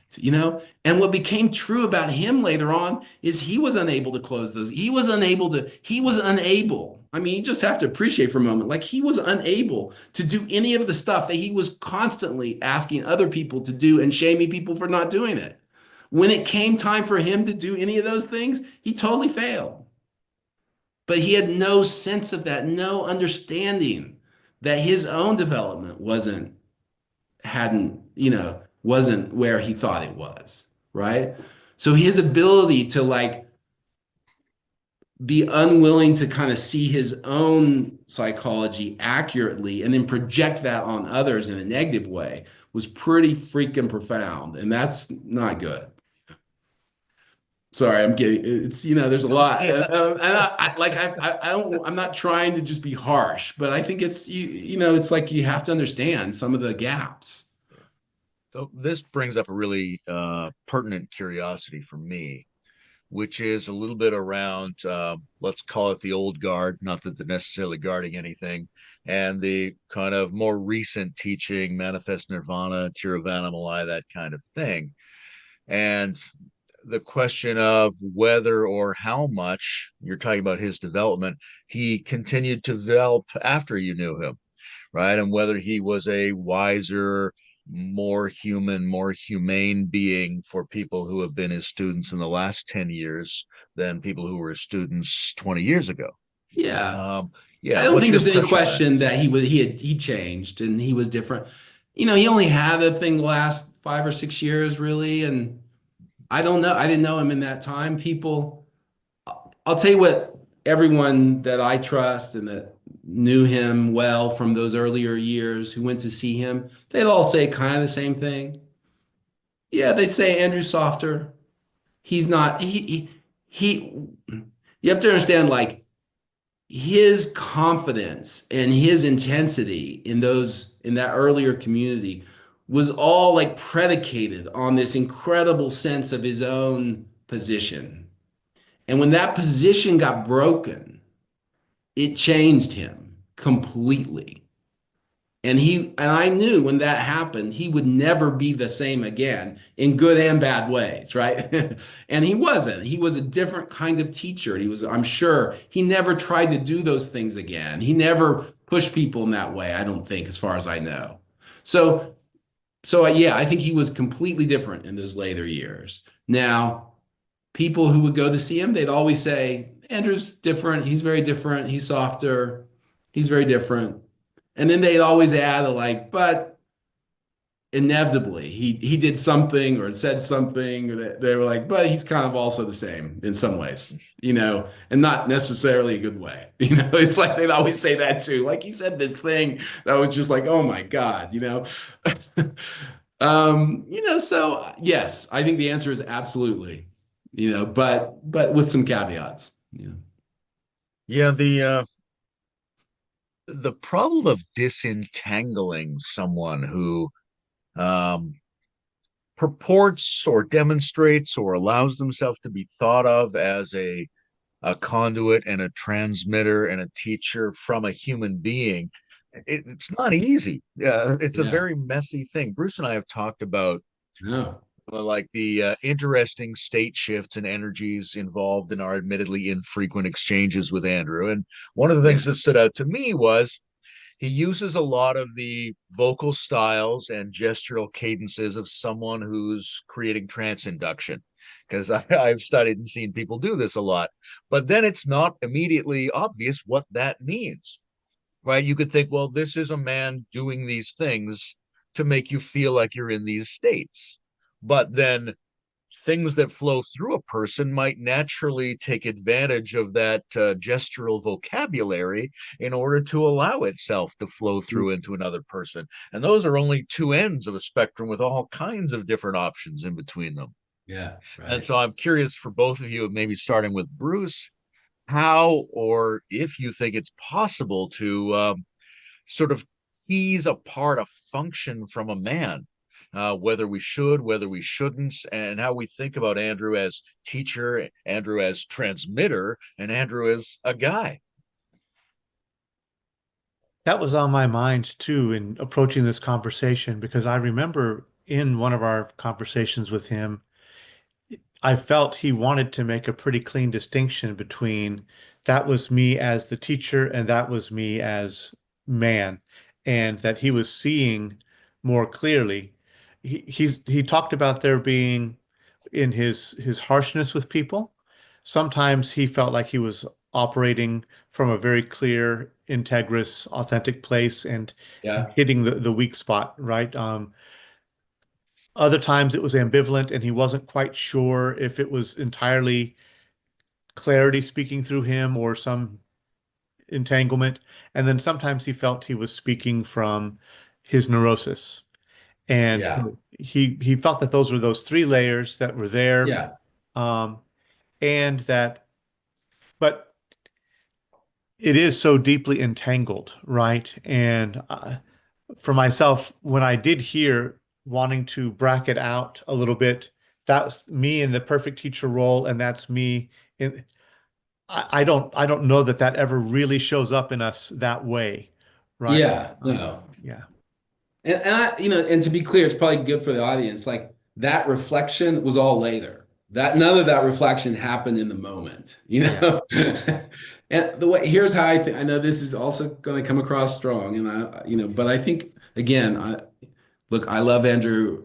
I loved him very deeply. I'm grateful for a lot. So I offer these because there's something instructive about understanding some of these dimensions. But I think, look, Andrew was a not a kind of a neurotic, not in some ways probably not that developed 30-year-old when he had his realization, not a lot, not hit certain types of life experience, but not deep life experience in a lot of ways. And I think in some ways, certain types of his development got arrested then. He went from that to being, and he kind of flipped into this teacher mode, this transmission mode, and he became that person, and part of the linchpin of that was this incredible preternatural confidence he had, that was all based on not doubting that realization, right? Which is why when he finally acknowledged he was wrong, he kind of lost it and he flipped back. But that's another question. But I think one of the ways I look at it is, and this is on my list, is like, again, there's so many pieces of this. I knew Andrew so well. He had this incredible sense of power, right? And now what we know from his ayahuasca journey later on, where he realized what we already mostly knew, which is that he'd been bullied as a kid, he'd been bullied quite badly, I think. So he had this kind of inner I'm not going to be fucking bullied. He had that kind of, he had that inner sense. Sorry for my language. He had the inner sense of like the bully kid who's going to not be in that position again, right? Whatever that inner, it was almost like a exiled part, if we use internal family systems, that he had, right? And I honestly think when his sense of power was very subtle and acute, and if he felt now he thought he was the guru who was sensing other people's egos, right? And other people's power plays and other people's assertions of will in negative ways. And he did have an incredibly subtle sense of when people were doing that. And he would respond to it, right? He would respond to it. And so you think, well, that's the guru, responding to someone expressing their ego in some way, in a negative way, right? Whatever that looks like. And yeah, sometimes it was that. But sometimes that was also, and it's hard to explain, his exiled part. Like when he felt that, sometimes he would respond to people when he felt like people were in some kind of subtle power struggle with him or not listening to him or reacting to him in some way or upset with him, or when he felt that, even in subtle energies, right? Subtle energetic ways, sometimes he would respond so strongly. I mean, like with a kind of ferocity. And I really think part of what was happening is that inner bully, that the inner kid who was bullied was expressing itself through the guru principle, calling it. So and then later on, he wouldn't sometimes not like to talk about it so much. Like sometimes later on, it was almost like that part, he didn't want to even almost acknowledge it so much. But sometimes it would express itself with such ferocity. So you have to understand what's happening. Someone is is spiritualizing their neurotic, the inner kid who was bullied. They're spiritualizing it into the guru principle. It's like that's a pretty freaking fucked up thing to do, and you're kind of spiritualizing your neurosis in a kind of, and putting it back on people in ways that are not good. So I honestly think that's what happened a lot. And looking back, it makes a lot of sense. Now, in that process, did he respond to people who were on power trips and various things? Yes, he did. He absolutely did. And sometimes that was good, and sometimes that was positive, but it had this edge to it.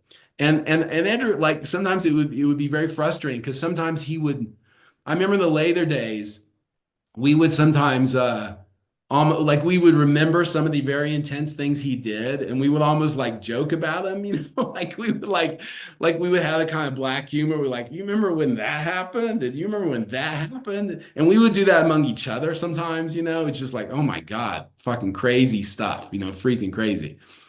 And but you do that with him and he would get very uncomfortable with it, and it was like almost like, and even later in the days, like sometimes I just felt like he didn't want to fully remember all the stuff that he did. It was almost like it was an exiled part he didn't want to deal with.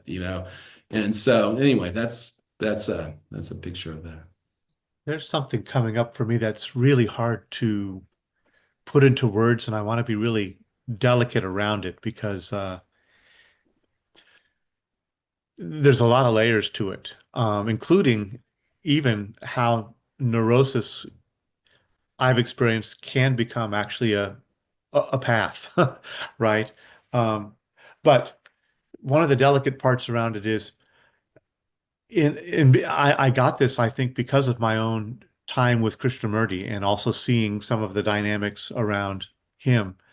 But there's a sense that I've gotten from Andrew, watching him, especially doing our interviews with him, but in other places, and the way his laughter will come out also, Mhm. that gives me the sense of somebody who's very contained. They're at least in the teaching mode. They're trying to um, they're holding themselves in a particular way that feels unnatural to me. Mhm. Mhm. Um, And the reason I want to say that that could be a delicate thing is that what Layman was pointing to is it possibly could be part of the transmissive thing where you're creating some conditions that allow for something to happen. Mhm. But Yeah. in other ways, I also feel like there's a kind of idealization around it that maybe is a holding that's unnatural that I also encountered in Krishnamurti. And Mhm. I think, a lot of my dear friends who are still students of Krishnamurti would not want to entertain that. But Yeah. I experienced a kind of a stiffness and a holding that there's this kind of mode of perfection that needs to manifest right now. And Yeah. and there's a bottling that happens there that when I later began to interface a lot more with the Tibetan community, I did not encounter that very much. Yeah. I Yeah. encountered Interesting. much more of an integrated, holistic, earthy self that could go to the altered states, but didn't need to create that envelope of perfection where, where everything was tightly held and then, the Mm. human would only leak out occasionally, Right. that. Yeah. And one of the things that's on my mind is that maybe when I was back in the Krishnamurti days and or doing Vipassana and that kind of stuff, I really didn't like Tantra and I didn't like the ritual and I thought it was all this big inflated stuff. But later, looking back, I can see almost how the ritualized aspect allows you a kind of ceremonial way to step into that perfection mode that can then just be let go outside Yeah. those Right. That makes sense. Yeah. I get ritual that. contexts. Yeah. So I'm not quite sure Yeah, I'm that's going. I it's said, interesting there, yeah. That is because interesting. And look, there's a Andrew could be notion of a very, yoga of transmission, right? And a yoga is an unnatural posture of some kind. Mhm. But then there's cultural differences, right? Bruce, you're pointing to something that might be a little bit different between some of the Tibetan styles, and we're talking about Andrew, we're talking about Krishnamurti, we're talking about Indian styles. Mhm. yeah, Right. And that's then true. that's intriguing. And one of the intriguing things from, my personal obsessions is there's possibly a much richer shamanic element to the Tibetan tradition, right? And then maybe that there's an archaic indigenous way to do that. And when you have more of that in your transmission culture, there's a slightly earthier, more relaxed way to go about it than in holding the transmission pose. Yeah. Mm. I mean, I think, Andrew, look, he could be very human in a lot of ways. I mean, whatever that means. In a lot of ways I spent enormous amounts of time with him, and we would just, especially in the context of the magazine where we're reading and thinking and talking and discussing and so look, it's not like he was always in some, you know, intense mode. The laughter thing, I don't know what the psychology of that is. You're right, Brie. A lot of people commented on it. People used to, and he always say, I got this when I had my realization. He had that, whatever that meant.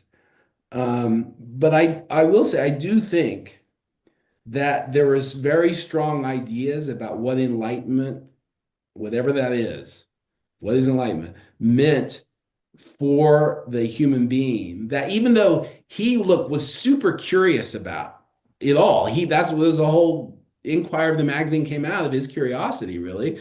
And that was a beautiful thing, his curiosity. But even in the midst of that, he had very strong ideas about what it meant for him. And I think in retrospect, they prevented and just got in the way of a lot and allowed him to mask certain aspects of his personality in ways that weren't healthy, caused lots of problems, like he said, with responding to people that weren't healthy and just oh my God, they just got in the way of so much. And later on in the community, when we were kind of aware that some of these we started to be more aware and it was complicated how you became aware of this and then what you did about it and how you but we used to, I mean, little things like we used to always joke whenever Andrew would go to India, we always joke he'd come back from India and he'd be like in guru mode, he'd like, and we'd be like, stop it, just like enough already, like we'd be like trying to run the organization. We needed like to talk to him in like here, we need to talk about things and you need to like come down off the pedestal and like just have a real conversation about this, look, and it's just like none of us in the later days were trying to put him on a pedestal, and he used to get upset about it, honestly. And it bothered him that we weren't. And but partially because of his ideas about what that meant. Like he thought it needed to mean something that it really that it didn't. And I think it just got in the way of a lot. And that's why I do think a lot of some of those more traditional ideas that were very common when I came up in the spiritual world in the 80s and 90s about what realization means for the self. I just, I do think a lot of those have been questioned now, and it's good that a lot of those have been questioned because they got in the way. I remember in our talk with him, he mentioned about his belief that, acknowledging this belief he had that realization meant perfection, that to realize or to experience that mode of perfection meant to be that perfect being, and that later he realized that there was a disjunction, that it Well, wasn't. yeah, I mean, it was just like, I mean, I find it upsetting because it's like, and it's still, it kind of triggers me a bit because like, 10 years of inquiry, all of which like pointed to the fact that that is not true, that I was there with him. We talked about it. We went through, and yet he still held, and even in little ways, I could see he let go of it to some degree, and he would let go of it a little bit. And then to hear him talk like that, like were you not there the last 10 years when we discussed it, when we talked about it, when we had those deep conversations, when it was clear you were wrong about a lot of things, when it was like, and you still held on, but it speaks to the psychology, because in some deep way, he still held on, he still held on. Sometimes I wrote him, I have this long letter I wrote him at the very end where I kind of said, where I go through that, and I said, and I kind of go through like what my understanding of what he held on to and the cost of it, but that was the integrity part, right? Because he held on to things that he shouldn't have, that he should have known better, that we weren't, it wasn't because we were putting them on this pedestal, in those days. And I mean, in the early days, we all put them on a pedestal, but in the later days, you you kind of see, yeah, anyway. So it was kind of, you kind of see that the integrity gap was partially that he held on to things that he should have been clear. It should have been obvious. It's like, you're making the kinds of mistakes that any normal functioning human should be able to look at and say, that doesn't work and that doesn't match with that. And I have to sort of maybe acknowledge that, but only if you have some idea that is overriding it all, do you ignore that data, and he did, I guess, in the end, even though even with us, he would yeah, anyway, that's all another issue, but yeah. I'm curious about an experience that's not common for people, which is grieving the guru. Because if people look at their own lives, people die, okay, a little bit different if it's my parents, it's a lot different if it's my partner or my child. But they Yeah. don't really have a template for the way in which uh, this kind of a person who is so connected to your higher values and maybe you spend so much time with in different modes and high pressure modes, how deeply into you that can go. Because I know in my conversations with the late Terry Patton and with Samuel Bonder, as much as they moved on, Adida was still in there and would erupt at times because it went really deep. Yeah. So can you speak a little bit to, because you grieve it when you're leaving the community and you also grieve it now in terms of Andrew's passing. What's it like to grieve someone who maybe went deeper into you than a normal teacher goes into a person? I mean, it's a good question. It's like, and I think sometimes in talking to Terry, I think Terry was the only one who understood this, other than people I shared that experience with. I think he had a sense of what that was like, the complexity of it and the depth of it. And I love Terry for that. He really was such a beautiful person who really was able to hold some of these different dimensions. I I don't know how you grieve. I mean, I know when Andrew passed, you feel all these pieces, it's like someone who transformed my my life in many ways, someone with whom like like even the things that like I speak about now where I'm like, that was crazy. That was horrible. It's like I'm part of my personality, part of who I am is built on learning from those things. Part of who I am is built on either becoming like someone said one time, so much of who I am is either becoming like is either embracing who Andrew was or was in resistance to who he was. Both, and that both are, and I don't know. It's just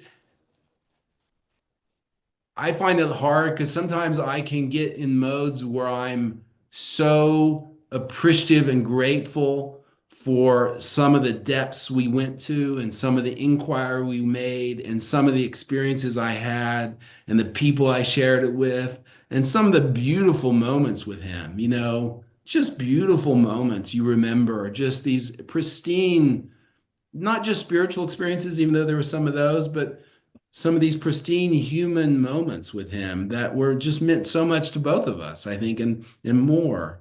And you have these and you remember those, and there's so much to them, and they're kind of built into the structure of your soul. I became a mature person in his context. I was so young, when I got involved. And then at times I talk about the negative. You can remember the negatives, as I've been talking about. And then is like those are also so real, and you get into those and like and even the pain of the ending, that in some ways was the hard, like grieving, like we were all so committed to this thing. Like like he was committed, we were all in. People don't understand sometimes what it means, to be all in, for something, and then to have it go bad. You just, that's hard. It's a hard. I found a lot of grieving. Andrew was also grieving the pain of the loss of that and of what happened. And not just blaming him or blame, it's not more than that. It's just grieving that it happened, grieving that it went wrong. We all cared so much that it not go wrong because we saw that there were some precious things about it, beautiful things, rare things. And yet we were unable to prevent it from going wrong. And there's something kind of painful in life and so you grieve that.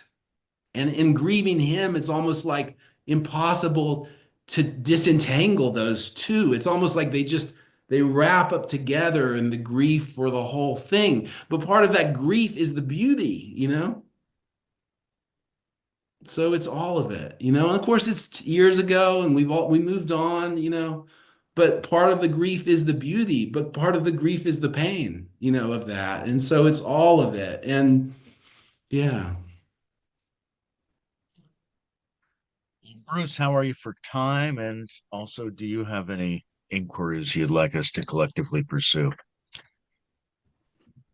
Yes, I'm okay for going a little bit longer. And I was just really moved by what you shared there, Carter. Thank you for putting it that way. And I can relate. I haven't been in that kind of community before. I had my association with Krishnamurti, but it wasn't the same as that. And uh, but I do a couple things. One, in your the piece that you wrote up, you talked about a bonfire, that community was a bonfire, right? And that moment just now where you were talking about being all in and so committed. I really feel the bonfire moment of that.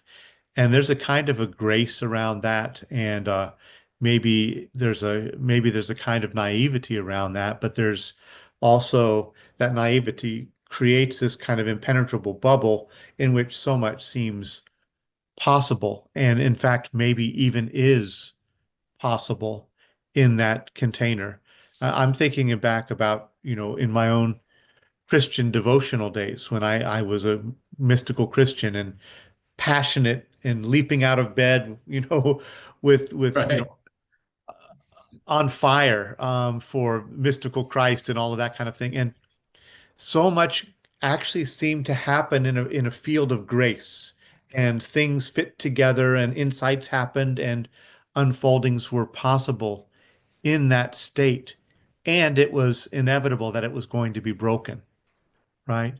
Um, so I just really feel resonance with what you were describing there.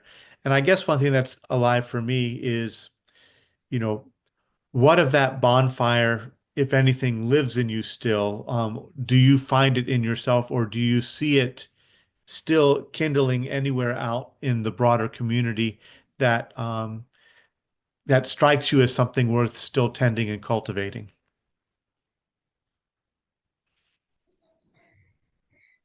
Yeah, I think that if you look at the people who were I think what I said was the bonfire. I said that if you took all the goodwill and commitment and intention that people brought and you set it alight, the bonfire would, light up, shine like the sun or something like that. And that is true. And I feel like Andrew, I remember Terry Patton saying to me, well, like they tried to do some of the same things we tried to do. They tried to do a magazine with Joffrey John, and he was just way too big an ego to let them do that. He just like kept collapsing it.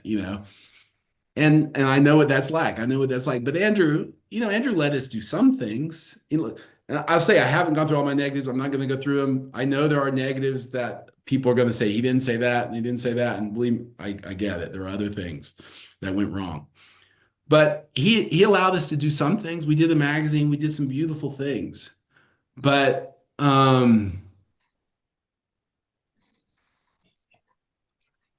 you look back and you see like it must be a little bit how like boomers feel when they talk about like 68 or something. It's like this sense of possibility, that sense Mm. of beauty, and that sense of, and you see, look, it's hard for those things to come into fruition, and it didn't come to fruition. But the people who had that experience, when I look out the world, they're doing beautiful things. I mean, I do think that, the community pushed against things, the world, I would say pushed against the world a little bit and moved a bit. Some things happened. And if I look at people and doing in the world, there's beautiful fires burning out there. And I think we all carry elements that resonated with us. Like even people who rejected a lot of what happened there, sometimes you'll say, oh, but they carry forward that. You can see that fire is still burning, that element is still burning. And people went on, some people are teaching meditation. That's what they took forward. Some people, the inner subjective thing is what they took forward. Some people, the philosophy is what they took forward. Some people, just their spiritual heart and their own passion for that, they took forward, even if they've rejected most of what happened. I think we've all taken forward elements that fit with our personal predilections and have, even if we've reframed everything, and most everyone's reframed everything and rethought it. But it's just an honor to have kind of gone through that with people. And when we get together, you feel that spirit. We had a reunion in Wales last year where there were about 100 people there. And there was someone that I had not seen in 25 years. And I'm telling you, like the moment I saw him, he was an Israeli doctor. And just an example, so sweet to see him, just like the love, just the love between people for having gone through that and kind of knowing each other. Like if you go through that with someone, like the depth of connection and that feeling that that person because you shared that is a beautiful, powerful thing. So yeah, in different ways that fire burns, I think.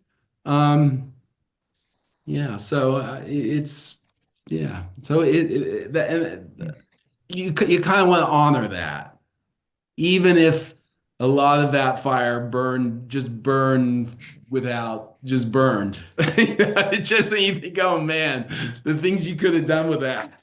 But that's life. That's how it works. So, sad. It's sad. It's sad and it's beautiful and it's all of it. Yeah.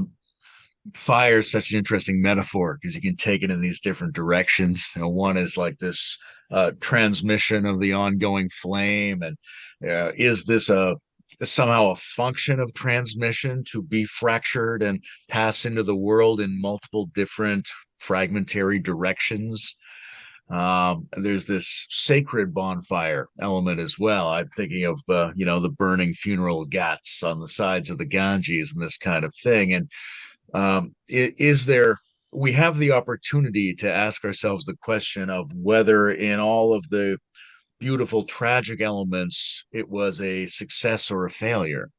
You and I talked a couple of years ago about the possibility of something like an integral guru handbook, which would, prescribe certain things for teachers, but also for students. And there was this tremendous student community around Andrew, where really, from my point of view, high caliber human beings, also armed with a lot of experience and developmental meta languages and things like that.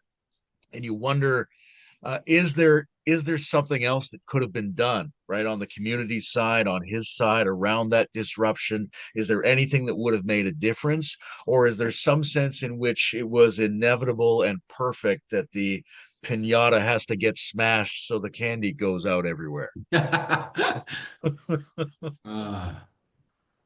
well, I don't look at it as like, oh, this was just part of the natural order. I don't think of it that way. Oh, the students just got so, yeah, that was true. Students, people went on, they needed to move on and be teachers and all that. Andrew didn't let any of that happen or didn't want that to happen or in the way it needed to. And so, yeah, it needed to break. The thing had become dysfunctional and sclerotic and problematic, and it needed to break, but breaking it was incredibly hard, right? Incredibly hard. But I just the difficulty in it is that the success, such as it was so intrinsic to the failure. It's hard to separate the two. And I think that's the conundrum of a community like that. And I think it's going to take it takes such disentangling, And look, I didn't get into this, but some of this is also like, as we move beyond modernism and we move into postmodernism a little bit, part of what went wrong also from an integral point of view was that if Andrew, to his credit, saw some of the limitations of postmodernism, and I don't, we don't have to go into it all, but in rejecting that, and you see this in politics today, right? If you reject that too strongly, the danger is you fall back into traditional structures. You start to find too much meaning in traditional structures. And I think many of us benefited initially from some good, healthy traditional structures, hierarchy and respect for authority and a certain type of self-discipline and people kind of cleaned up their act a lot when they got involved in the community, right? And you thought, this is good traditional structure, But after a certain point, you're like, this is not good. These kinds of traditional structures, gender roles and other traditional structures that got in certain types of hierarchy that weren't good, it's just and a lot of elements that almost like you're pulling from traditional structures that aren't positive. So anyway, that's just another piece of it. But all of it is to say that there's the subtle layers of disentangling and the subtle realizations around what even enlightenment is, or what spiritual realization is when it comes to the self, and what development is at all different levels of the self, from the non-dual to the subtle to different elements of psychology. There's so much to it, and I just feel it's like, to adequately untangle all of that takes a lot of elements. It just takes a lot of evolution of culture, of how people are, of how teachers are. It's like there's just no way of saying, well, if you just did this thing, it would have all been better. There's just there's a palette, a whole, tapestry of revelations that come out of this, none of which you can disentangle on their own, And I think that's the interesting reality of it. Yeah, and there's also no way to expect any one person or one community or one project to nail all of those elements because we don't No, even fully know no. what they all are. No, exactly. And we were, I mean, the level of beautiful naivete, and we were, now you look back and you're like, oh my God, it's so naive. We were all so naive, and and some of us, part of Andrew's failure was he should have become less naive over time, but he didn't in some ways. But like we were trying to learn from what came before. And we were really trying, but we learned, and we did. We learned some good lessons, and we applied those, I think. And we learned some wrong lessons. And so anyway, life moves on, culture moves on. It's a different time. What we went through, it wouldn't happen like now. Like whatever is going to happen in this cultural moment would be entirely different. 40 years later, it's just a different moment. You see how much culture changes, how much that was an expression of that moment in culture, that late 80s, early 90s, and then early 2000s periods. Whereas 25 years later, 40 years later, it's just we're in a very different place. And so I think whatever the mistakes and positives that would come out of something now, I think are totally different. And in the West, I think I've talked about writing a book about this at some point, and one of my possible titles, I don't know if I'll call it this, is called The Last Guru, because there's also something about that. It was like the way in which he began to be a teacher. And I didn't even like calling him the guru in the end because like, why are we using this traditional term? It's like, but he wanted to be that, like it was of an era. We're not in that era anymore. And so, that's all true about you. Sometimes you don't realize how much culture changes until you reflect on, well, could that happen today? Not at all. Not at all. And not just because of him, because everyone who would get involved would be relating to it differently, So anyway. I've been talking to Corey DeVos, and one of the things that he keeps bringing up is looking around now at the cultural landscape. There was a time back in the late 80s, early 90s, you could look around and see what really showed up on the horizon as still some great teacher figures, right? And now it doesn't seem like there's that anymore.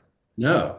And yeah, so culturally, what does that mean, right? But I think that's a cultural thing. I think that's the nature. Culture throws up those things in certain moments. I mean, obviously, there's still people doing their thing, but those big movements, they were a product of that era. And Andrew, in some ways, was the last of that era. He was like the last one, and they take a whole. It's like they require a certain set of assumptions and ideas that work on both teachers and students that have to come together, and those set of assumptions and ideas just aren't there anymore. Yeah, I was going to say one last element of yeah, this, since we're on integral, is one of the things I always wished would have happened when I was in the community. I tried to get Andrew to do this at one point, but the relationship between Ken Wilber and Andrew was a unique relationship that started all the way back in the early 90s. And they wrote each other many letters over the years. They had tons of conversations. I always thought they should publish a book of all their letters back and forth. And I was like, I think I read probably almost every one because Andrew would share them. And a lot of the calls they had, I would listen into, and he would talk about them, and we'd go over them and talk about them in detail. And it was a very unique relationship. And I mean, I think I honor that Ken and Andrew were they were genuine friends. And I think that was a good thing. I think in some ways maybe Ken, there were things about Andrew I think he maybe didn't understand, understandably, because he wasn't deeply involved, and maybe maybe some mistakes about. He may have made some mistakes about, but nevertheless, it was a unique relationship. I hope one day, and I don't know if this is ever possible, that correspondence between them could come to light and could be shared. It would be for scholars in the future. I think that would be a very uh, interesting document. So anyway, who knows? Yeah, thank you for mentioning that because that's a great book. I would love to read that book. I would love to do anything to support this book emerging. Useful for students, useful for scholars. There's something about this last bit of discussion that's really intriguing to me, right? I use this term sometimes, the age of the tantric patriarchs, sort of and it's mostly the 20th century, is mostly this period, right? Where you had these incredibly charged teacher transmitters, mostly men, but talking about mutuality, talking about relationship, talking about rethinking the old way of doing it, still in large part acting out the old way of doing it. Mhm. And now it seems like we're in some new phase that's much more embodied, communal, mutual, psychologically informed. And yet we still uh, need to figure out what the role of various degrees of unique weirdos and spiritual mutants and transmitters are going to be in this culture. They will continue to reappear, maybe not the same way they did in the 20th century. And so there you can have a last guru in that process, but there's all the distributed variants and degrees of quasi guru are still going to be with us. And how do we hold them and profit from them and make it good for them and make it good for everyone else and use it as a functional organ in the system without being obsessively hierarchical or obsessively egalitarian? This is a Yeah. great question that stands before all of us now. Yeah. Amen. Amen. Yeah. Yeah. It will be interesting to see where this goes. I kind of feel like I do feel it's the last of an era, but there'll be other eras and they'll be interesting, I'm sure, in their own way. But I kind of feel like that was the last of an era. And because we tried to learn from the previous versions of that era, I feel like there's a lot to learn from where we went wrong, you know? And I still feel there's a lot of material and genuine and fascinating um, fodder for what all of this means about human development and spiritual development that can be mined from our experience still. And I hope to do a little bit of that mining over time, but I'm sure other people will as well. Because in trying to do it differently, in trying to do it better, we also did it wrong in different ways. And that is, and that reveals things, So anyway, it's important, or I don't know, maybe it's not important, but it's interesting, and for people who want to walk these paths, and it's there's stuff to learn there, and so